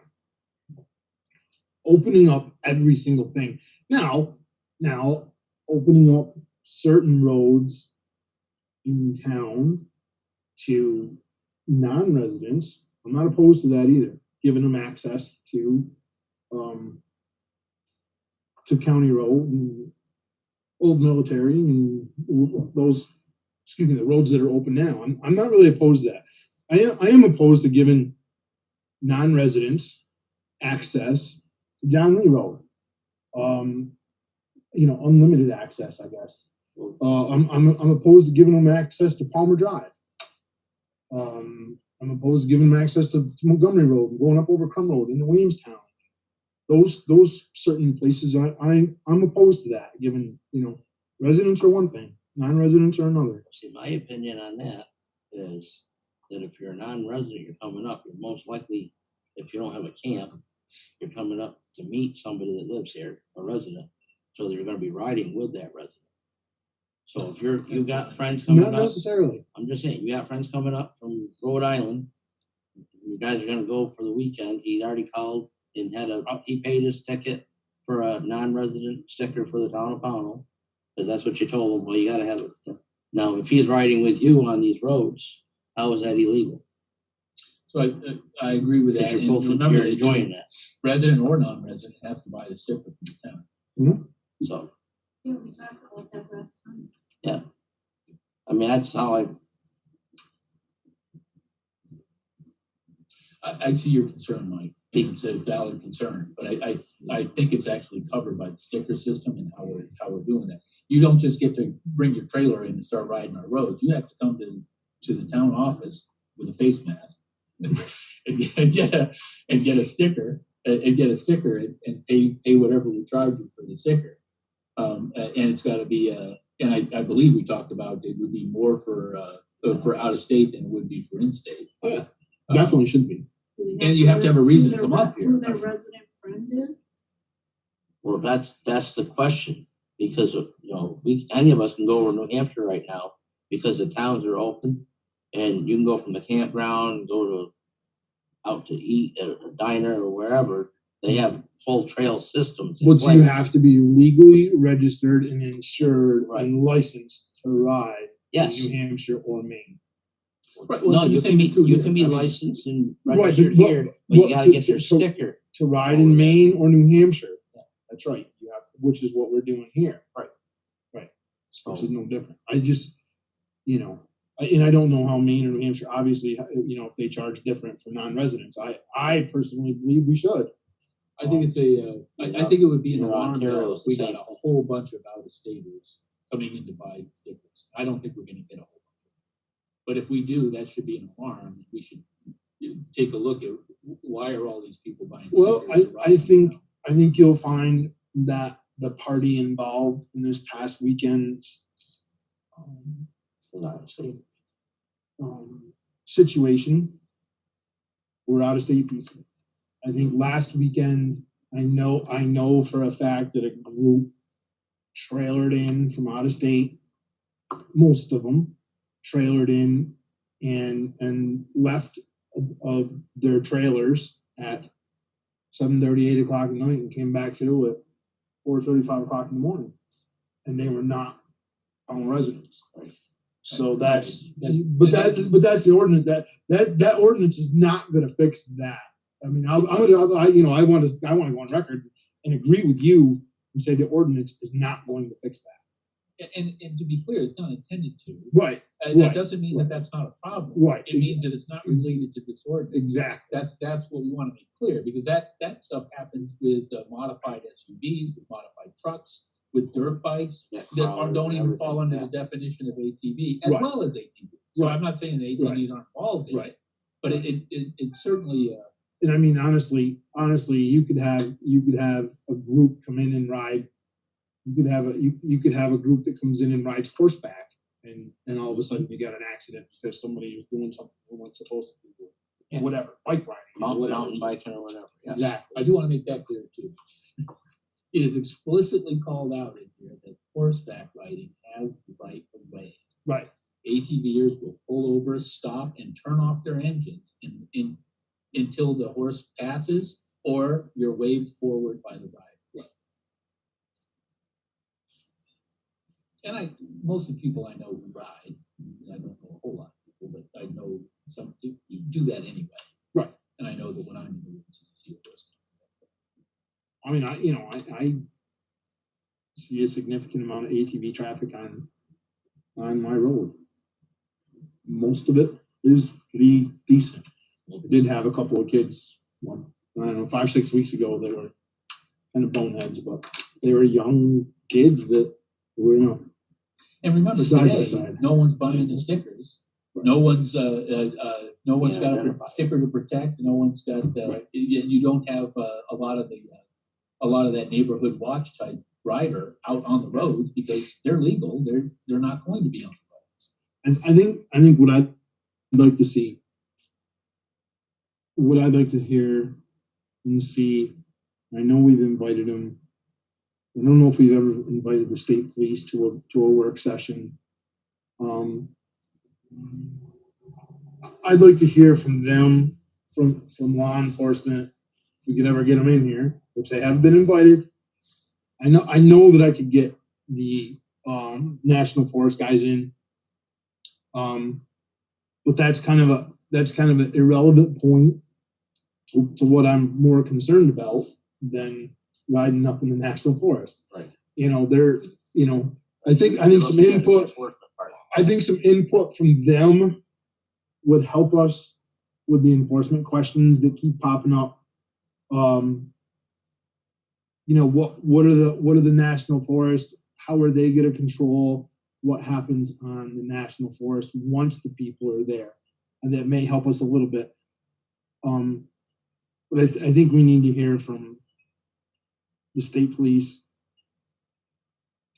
I did speak to the state police for a while, and they and I went through some of the things that are in the ordinance. He liked a lot of what he heard. He did say that when the ordinance passes, you're probably going to see an uptick of illegal riding on Route 7, and that he was concerned about that. We spoke about it for a time being, and he said if the ordinance passes and when it becomes in effect, that they can put additional pressure on that road, start pulling people over, and then people start realizing that you cannot ride on that road. You've got some, I think you need increased enforcement for the first couple of weeks of being open, and then people will realize that we are looking at that, or the state police are looking at that, and you're going to get you are going to get some serious fines. And if you're somebody who's riding with a town sticker, you're going to get your sticker pulled. Right. I think before we went,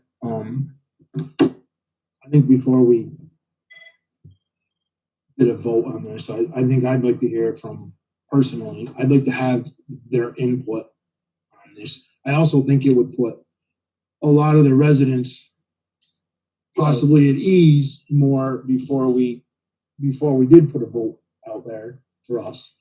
You know, I think we're getting a lot of, the enforcement question comes up every time we have a work session, multiple times. State police does So- have their hand up right now. Oh, let's Right. have them talk. And so does it Mayor Bennett. But I Well- think we will listen to the state police. Yep, I think that's a good idea. Yeah, The host, state police, go can right you- ahead. Yep, she's unmuting him right now. thank you.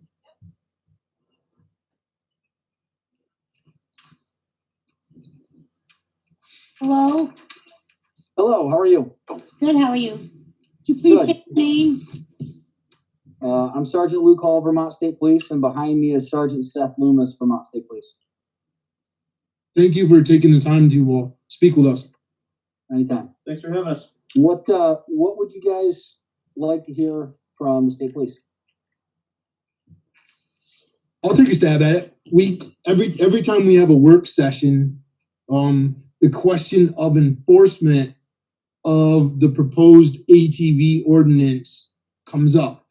And the other question that comes up, probably even more prominent, is the lack of enforcement that happens now when everyone, or most everyone, is riding illegally because we have very few roads that are legal to ride. So 98% of the activity is illegal at this time. And that question comes up, and honestly, we don't have the answer. So I guess we can give you a little background on the ordinance. I guess probably you haven't read the ordinance, or have you? We are becoming more familiar as it's evolving right now. Okay, so I'll give you a couple of facts behind it if you'd like. Sure. Okay, just that the ordinance does open most, but not all town roads. It will not open class 2 roads. Only one class 2 road would be open. It would open our class 3 and class 4 roads. You would have to buy a sticker from the town based on information we got from law enforcement, a recommendation. The stickers would have 4-inch minimum reflector numbers on them, so they'd be easily identifiable. So, and of course, in order to get the sticker, you'd have to prove license, insurance, registration. So there would be a check to even get those. And the way that we're thinking about this is that now makes it much easier to take it at a pretty easy glance and say, that one's legal, aha, that one's not legal, and it may not have insurance, it may have insurance, but it didn't get a sticker, so it's not legal on our roads. So it makes the machines much more identifiable as to whether or not they're legal or not. But it also gets some citizens who buy the sticker, prove their insurance, and really more responsible users and riders on the road. And then, and in my view, get the irresponsible riders off, certainly the ones that don't have license and registration. And then you've also got something to hold over them. I mean, you start getting infractions and you're scraping the sticker off the side of the machine or however we're handling that. But and we also put in the ordinance that said, it's not just an infraction and a fine. The select board would have the ability to pull your sticker for even one infraction. That way, you're doing donuts in somebody's lawn, we're going to pull your sticker even on your first offense. If you're still out on the road at 9:15, that might just be a fine, and 9 p.m. being the just as an example. That's really, I'm trying to put this in a nutshell to kind of give you some background behind what we're doing. Yeah, we have been on since this started, and we're pretty familiar with what has been discussed as far as all the different things within the ordinance. So I guess one thing that we obviously we're not going to weigh in on our opinions of this because it doesn't matter. We can talk about incidences that we've dealt with recently and what we've been seeing in the area and what we've responded to and dealt with. We also can comment on current coverage and our resources or our manpower that we can are currently dealing with and we can bring to the table. So what kind of would you like us to hone in on first? Well, one thing I'd like to, let's see, I'm not sure. One of the things I would like to ask is, what is your opinion about some of the provisions that we have in here that we believe will make enforcement easier? And we've heard that from other law enforcement, but you know, the whole sticker system, I think that's going to be easier. One of the things that might make it that you might have concerns with, and I'd like to hear those concerns as well, is the fact that it's all class 3 and 4 roads, and with limited access for class 2 roads. I'd love to hear your opinion on that.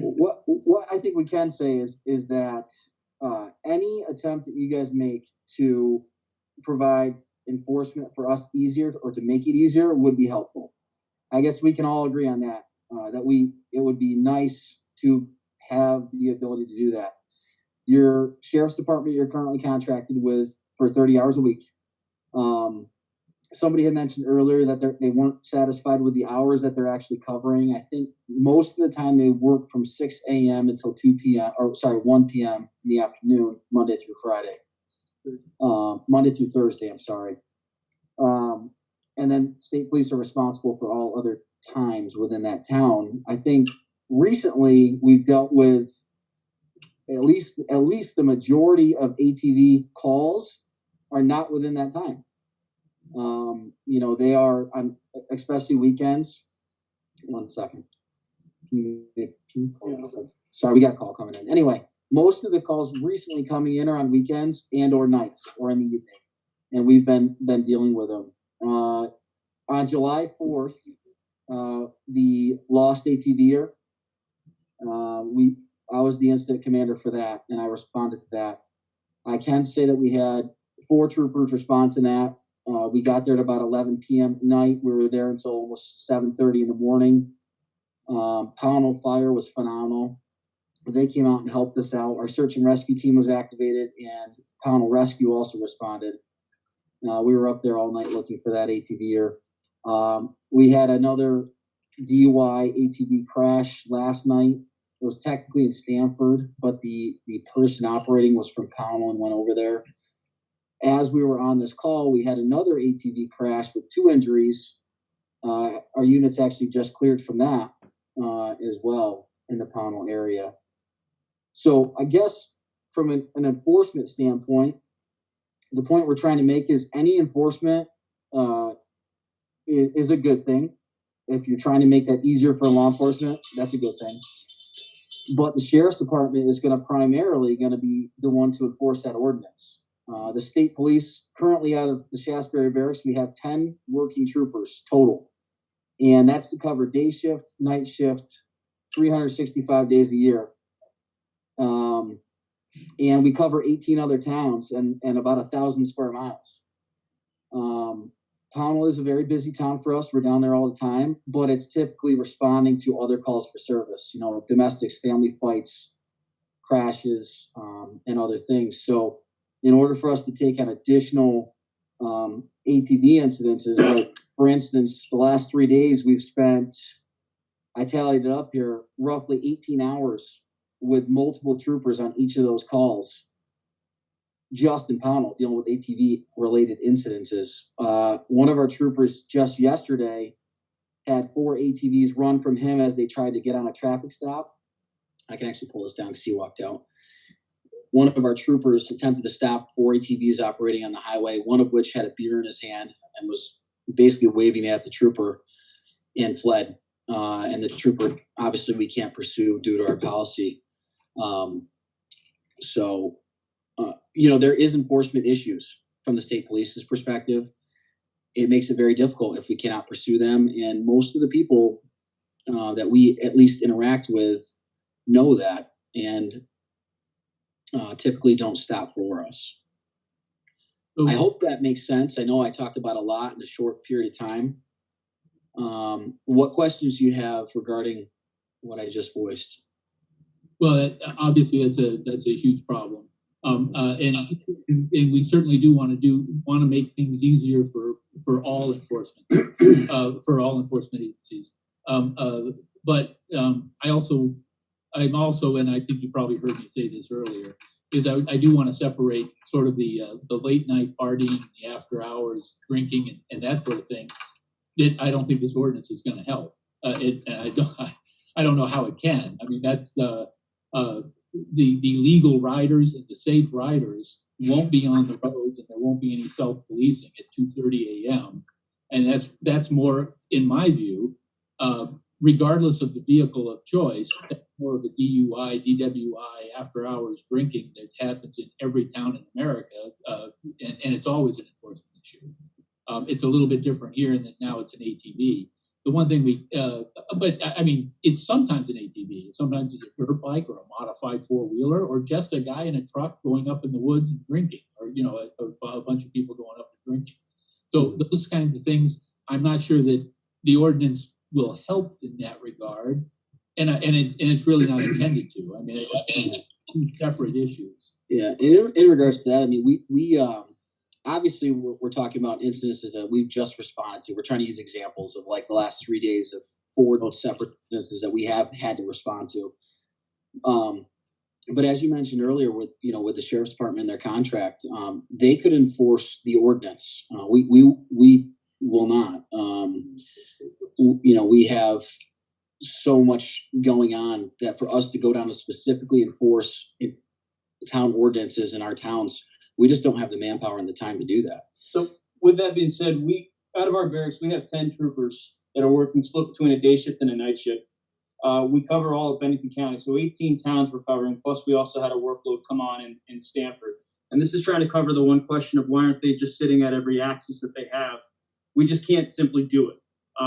We can't simply be down there all the time with all the coverage area that we have, as well as all the other calls that are coming in. So the ATV nuisance calls, I hate to say it, are not a priority of the VSP. We will respond to them when we can and try and make a priority to get down there. But we do have several other calls that we're dealing with throughout all the other towns that also need our attention, other than just Pownal. And we have been getting consistently a lot of phone calls regarding the ATV instances that are coming in, but we can't always respond to all of them when we're not available or we're dealing with other calls. That's where I think.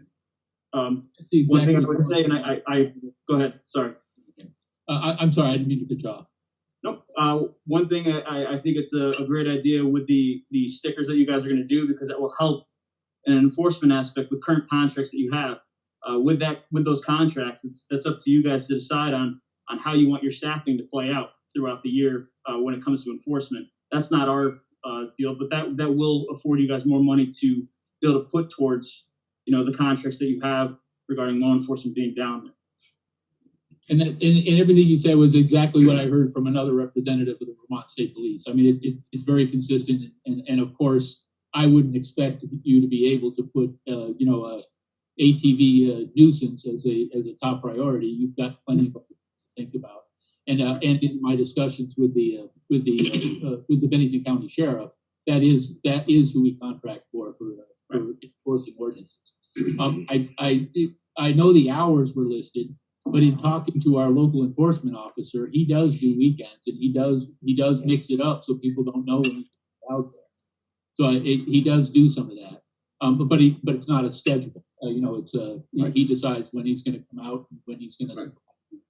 Yeah, again, I'm not going to touch on the contract that you guys have. That's completely between you and the sheriff's department. What I can tell you is that when they aren't on, we're it. And a lot of these calls sometimes, especially these ATV instances, they do tie up a lot of resources that we have, which diminish from the rest of the area too. So that's just our trying to spread our resources out.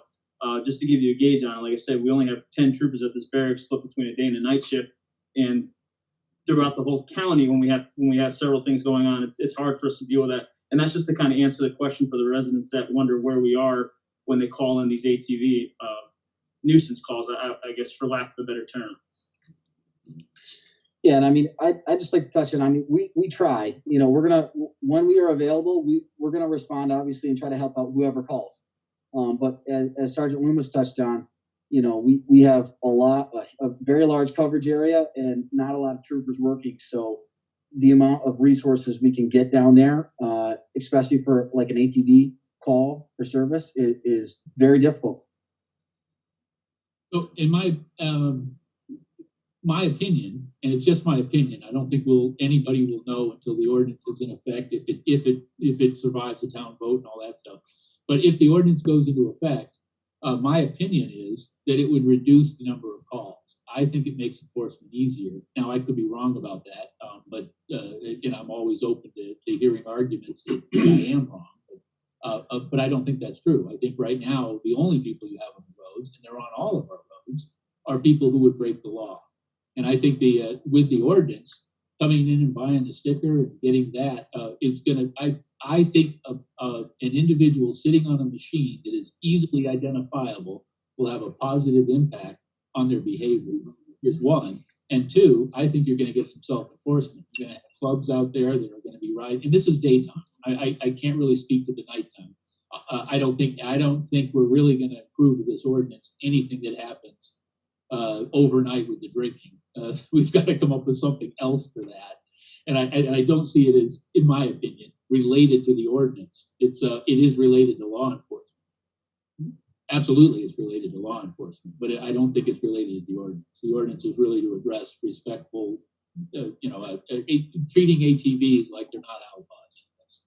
It's a recreation activity of families of many of a large segment of our population, and we're trying to make it a little bit easier for them to be able to pursue their hobby in a regulated and easily identifiable way.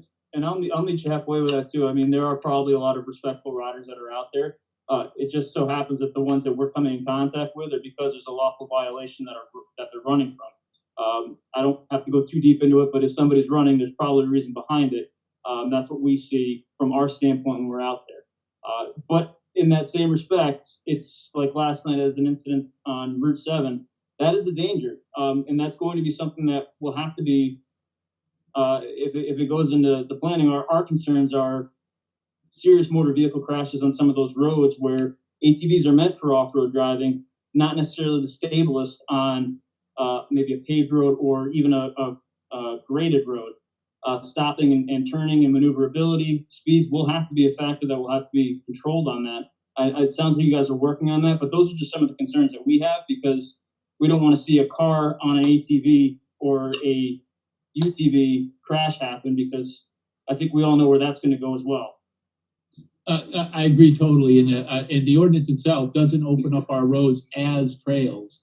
It allows our citizens, the intent is to allow our citizens to use the road to get to their riding locations. Okay. If they're going back and forth on the road, they're in violation.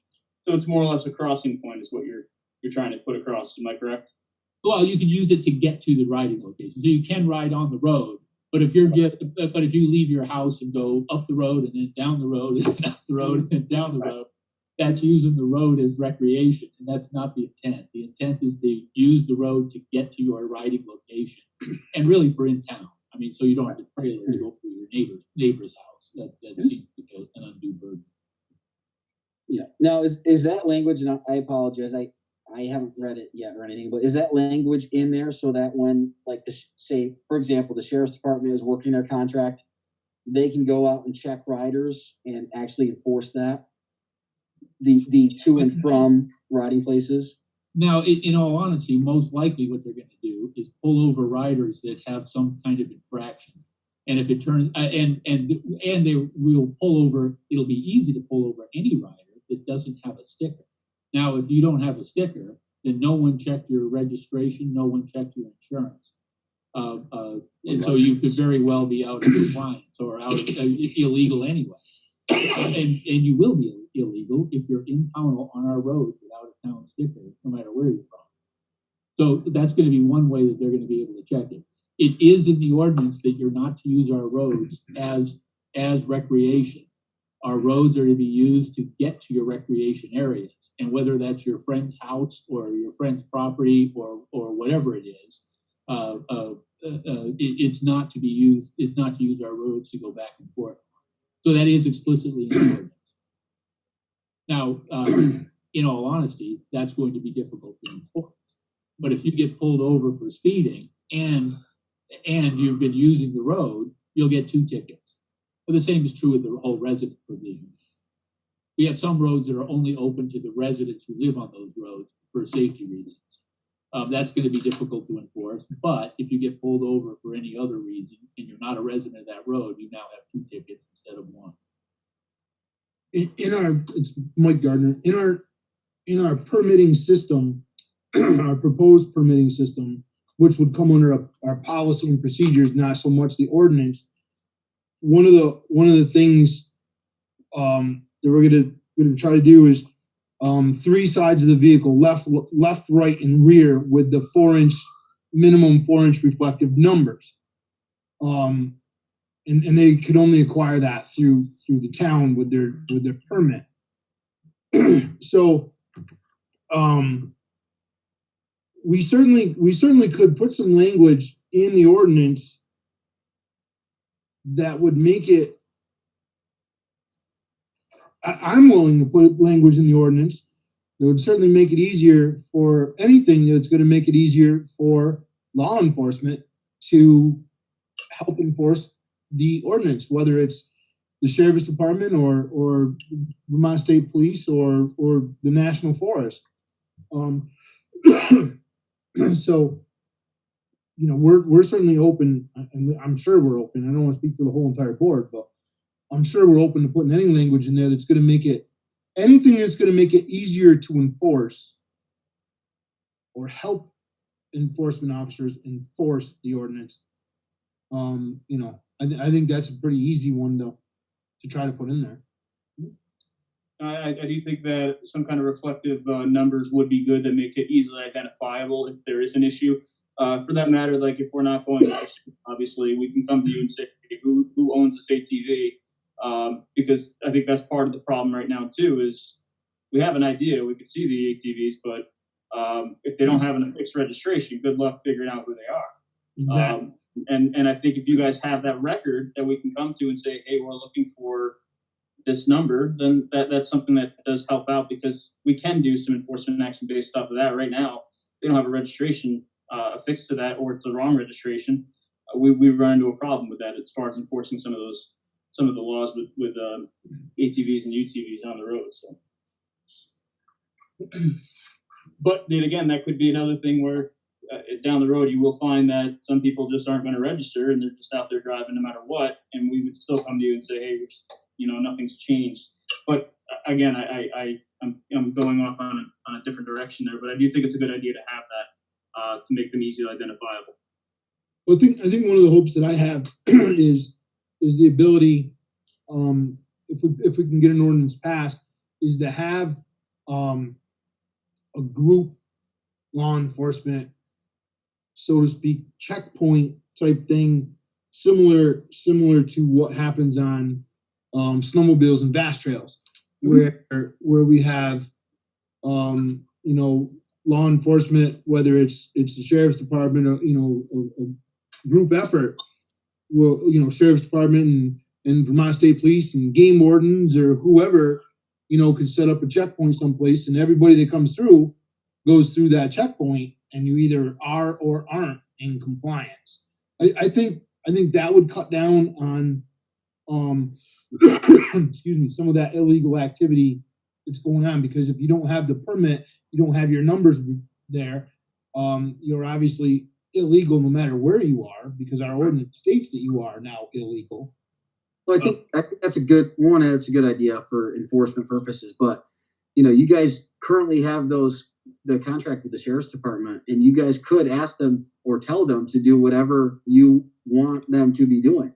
Right. So if you guys want them to be doing checkpoints, that's something that you should encourage them to do. But also, they can reach out to us, and we can provide assistance when we can. Right, and I understand your mean. I totally get that. But if that's something that you guys are interested in, that's certainly something that you should bring up with them and request for them to do. And you can dictate through your contract what you want them to enforce and not enforce. And we do absolutely plan to take the money that we get from the registration fees and put that toward the signage and enforcement. So probably more of it will go to signage. We'll have to sign more toward enforcement.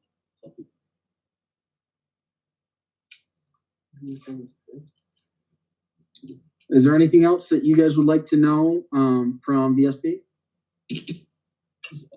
If you do come up with any recommendations on how we can improve the ordinance, if you've had a chance to read it, or improve enforcement, as Mike was saying, we're all we got the. In fact, it was law enforcement. It was the sheriff's department that had suggested the 4-inch reflective stickers, and that's why we're going with that. So if you could think of anything else that would improve enforcement and of course keep our costs low. We're all ears, and we'd love to hear it. Or even concerns about what you think might make things worse. We certainly don't want to do that with the ordinance. Yeah, I mean, one major concern I do have is you get a chance to 46 corridors, and even for some instances, I heard South Stream Road being mentioned. That is concerning me too, because it's a windy road, and let's face it, not everybody goes the 35-mile-an-hour posted speed limit on there. That's just a concern, not only just for maybe negligent road riders, but also negligent operators that are on that road. I just, it's one thing about some of the back roads where it's a little less traffic, but where you get more traffic is always something that I'm concerned about. I know Route 7 and 346 aren't the ones that are going to be open to it, but we see it. That I cringe every time I do come across somebody driving down there, because it's their own.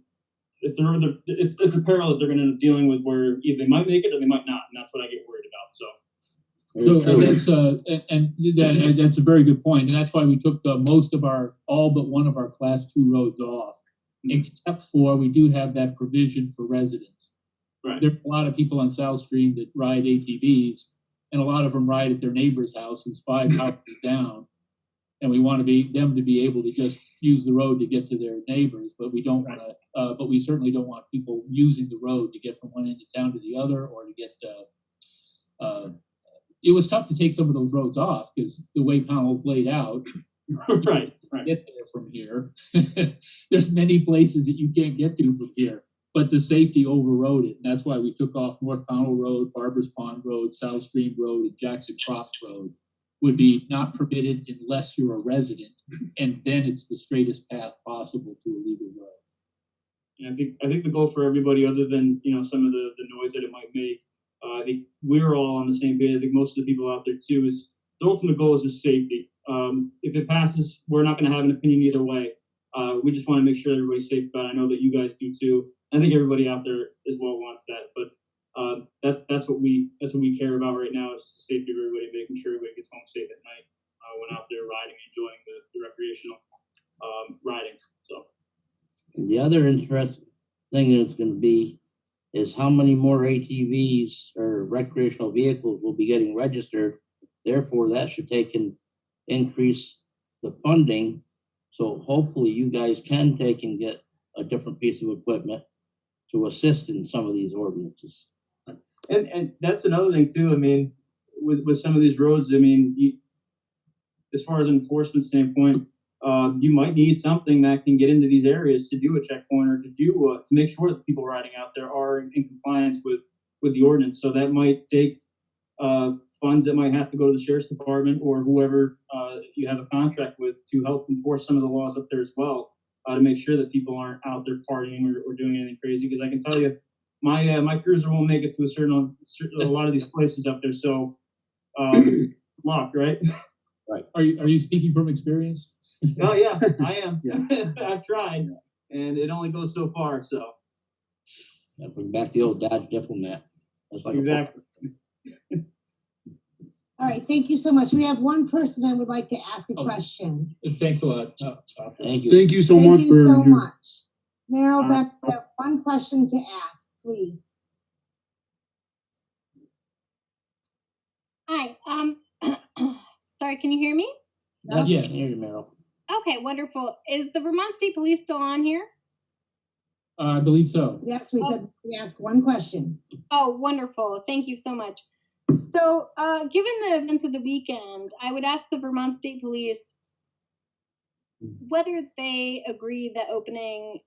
No, we're not going to ask them that, Meryl. We wanted to ask one question about To the board. To the board. Oh no, I was actually asking. I would like to ask a question of the Vermont State Police who were just on the call. we're not, No, I don't think we're gonna involve the state police, Merrill, at this time, as far as that goes. I mean, that's not what they called in for answer and question and answer session. Okay, so you're So saying, if you want to ask the state police a question, I would say reaching out to them would be your best bet. At this time, I don't want to get them into a question and answer. The same thing as with Mr. Coyne when he was on. so let me Let me ask a question. I thought I was talking for a second there. Okay, go ahead. If you want to ask a question of the select board, we'll maybe take a stab at it or maybe not to answer that question. But you can ask a question of the board. Okay, so my question of the board is, I had a question for the representatives of the Vermont State Police who were just here a moment ago to speak to the community. And my question for the board is, are you not permitting me to ask that question to the Vermont State Police in a public forum? Well, VSP did not want to state any opinions. They came right out and stated that right in the beginning, and they just were offering information from. That was a yes or no question. Are you prohibiting me from asking that question to them? no, sorry, no. Mr. Fisher, are you there? Go ahead, Bob. Can you hear me now? Yeah. Yes, Bob. Okay. With regard to Ms. Bentz asking questions, the open meeting law allows public comment. Now, it's up to you as the board whether you wish to have a question and answer or allow questions of the state police. But as I understand it, you're having public comment on this draft ordinance as part of this meeting. And I have not been on for the entire meeting, just the last hour here, maybe. So it's not meant to be an interrogatory. Ms. Bent certainly can ask her question. It's up to you as the board whether you wish to ask that state police or not. But if she wishes to make a comment, this is public comment, period, pursuant to the open meeting law. Our public comment page ended, or session ended, and we're in our work session right now. And you called in to talk to us. We were actually giving her an option for another question, Mr. Fisher, Mike Gardner. So our public comment had ended when we started our work session. So we were giving her another option to ask us another question. And we had the opportunity to listen to the Vermont State Police, so we did. Because they were invited.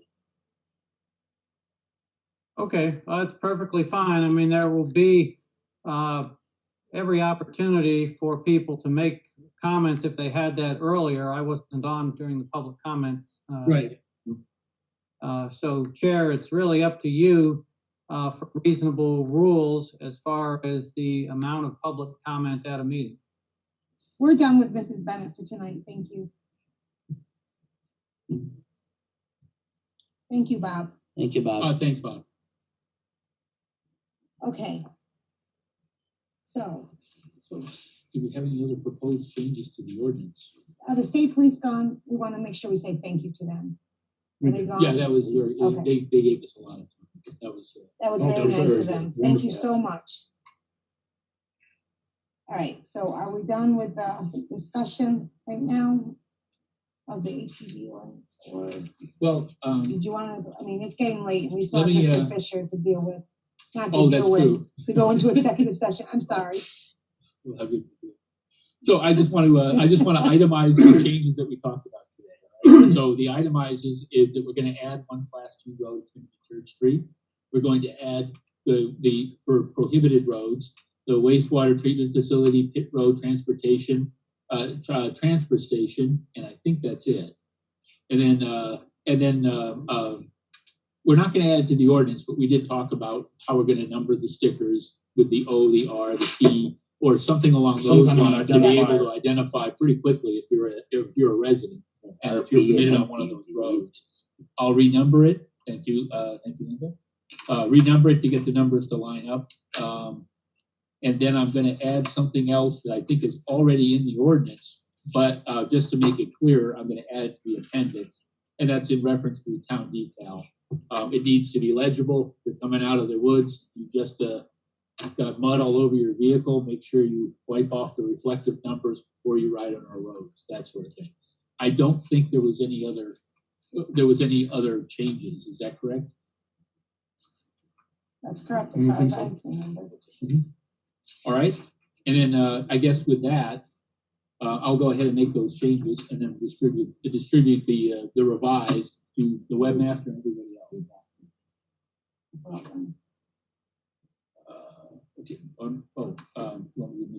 Okay.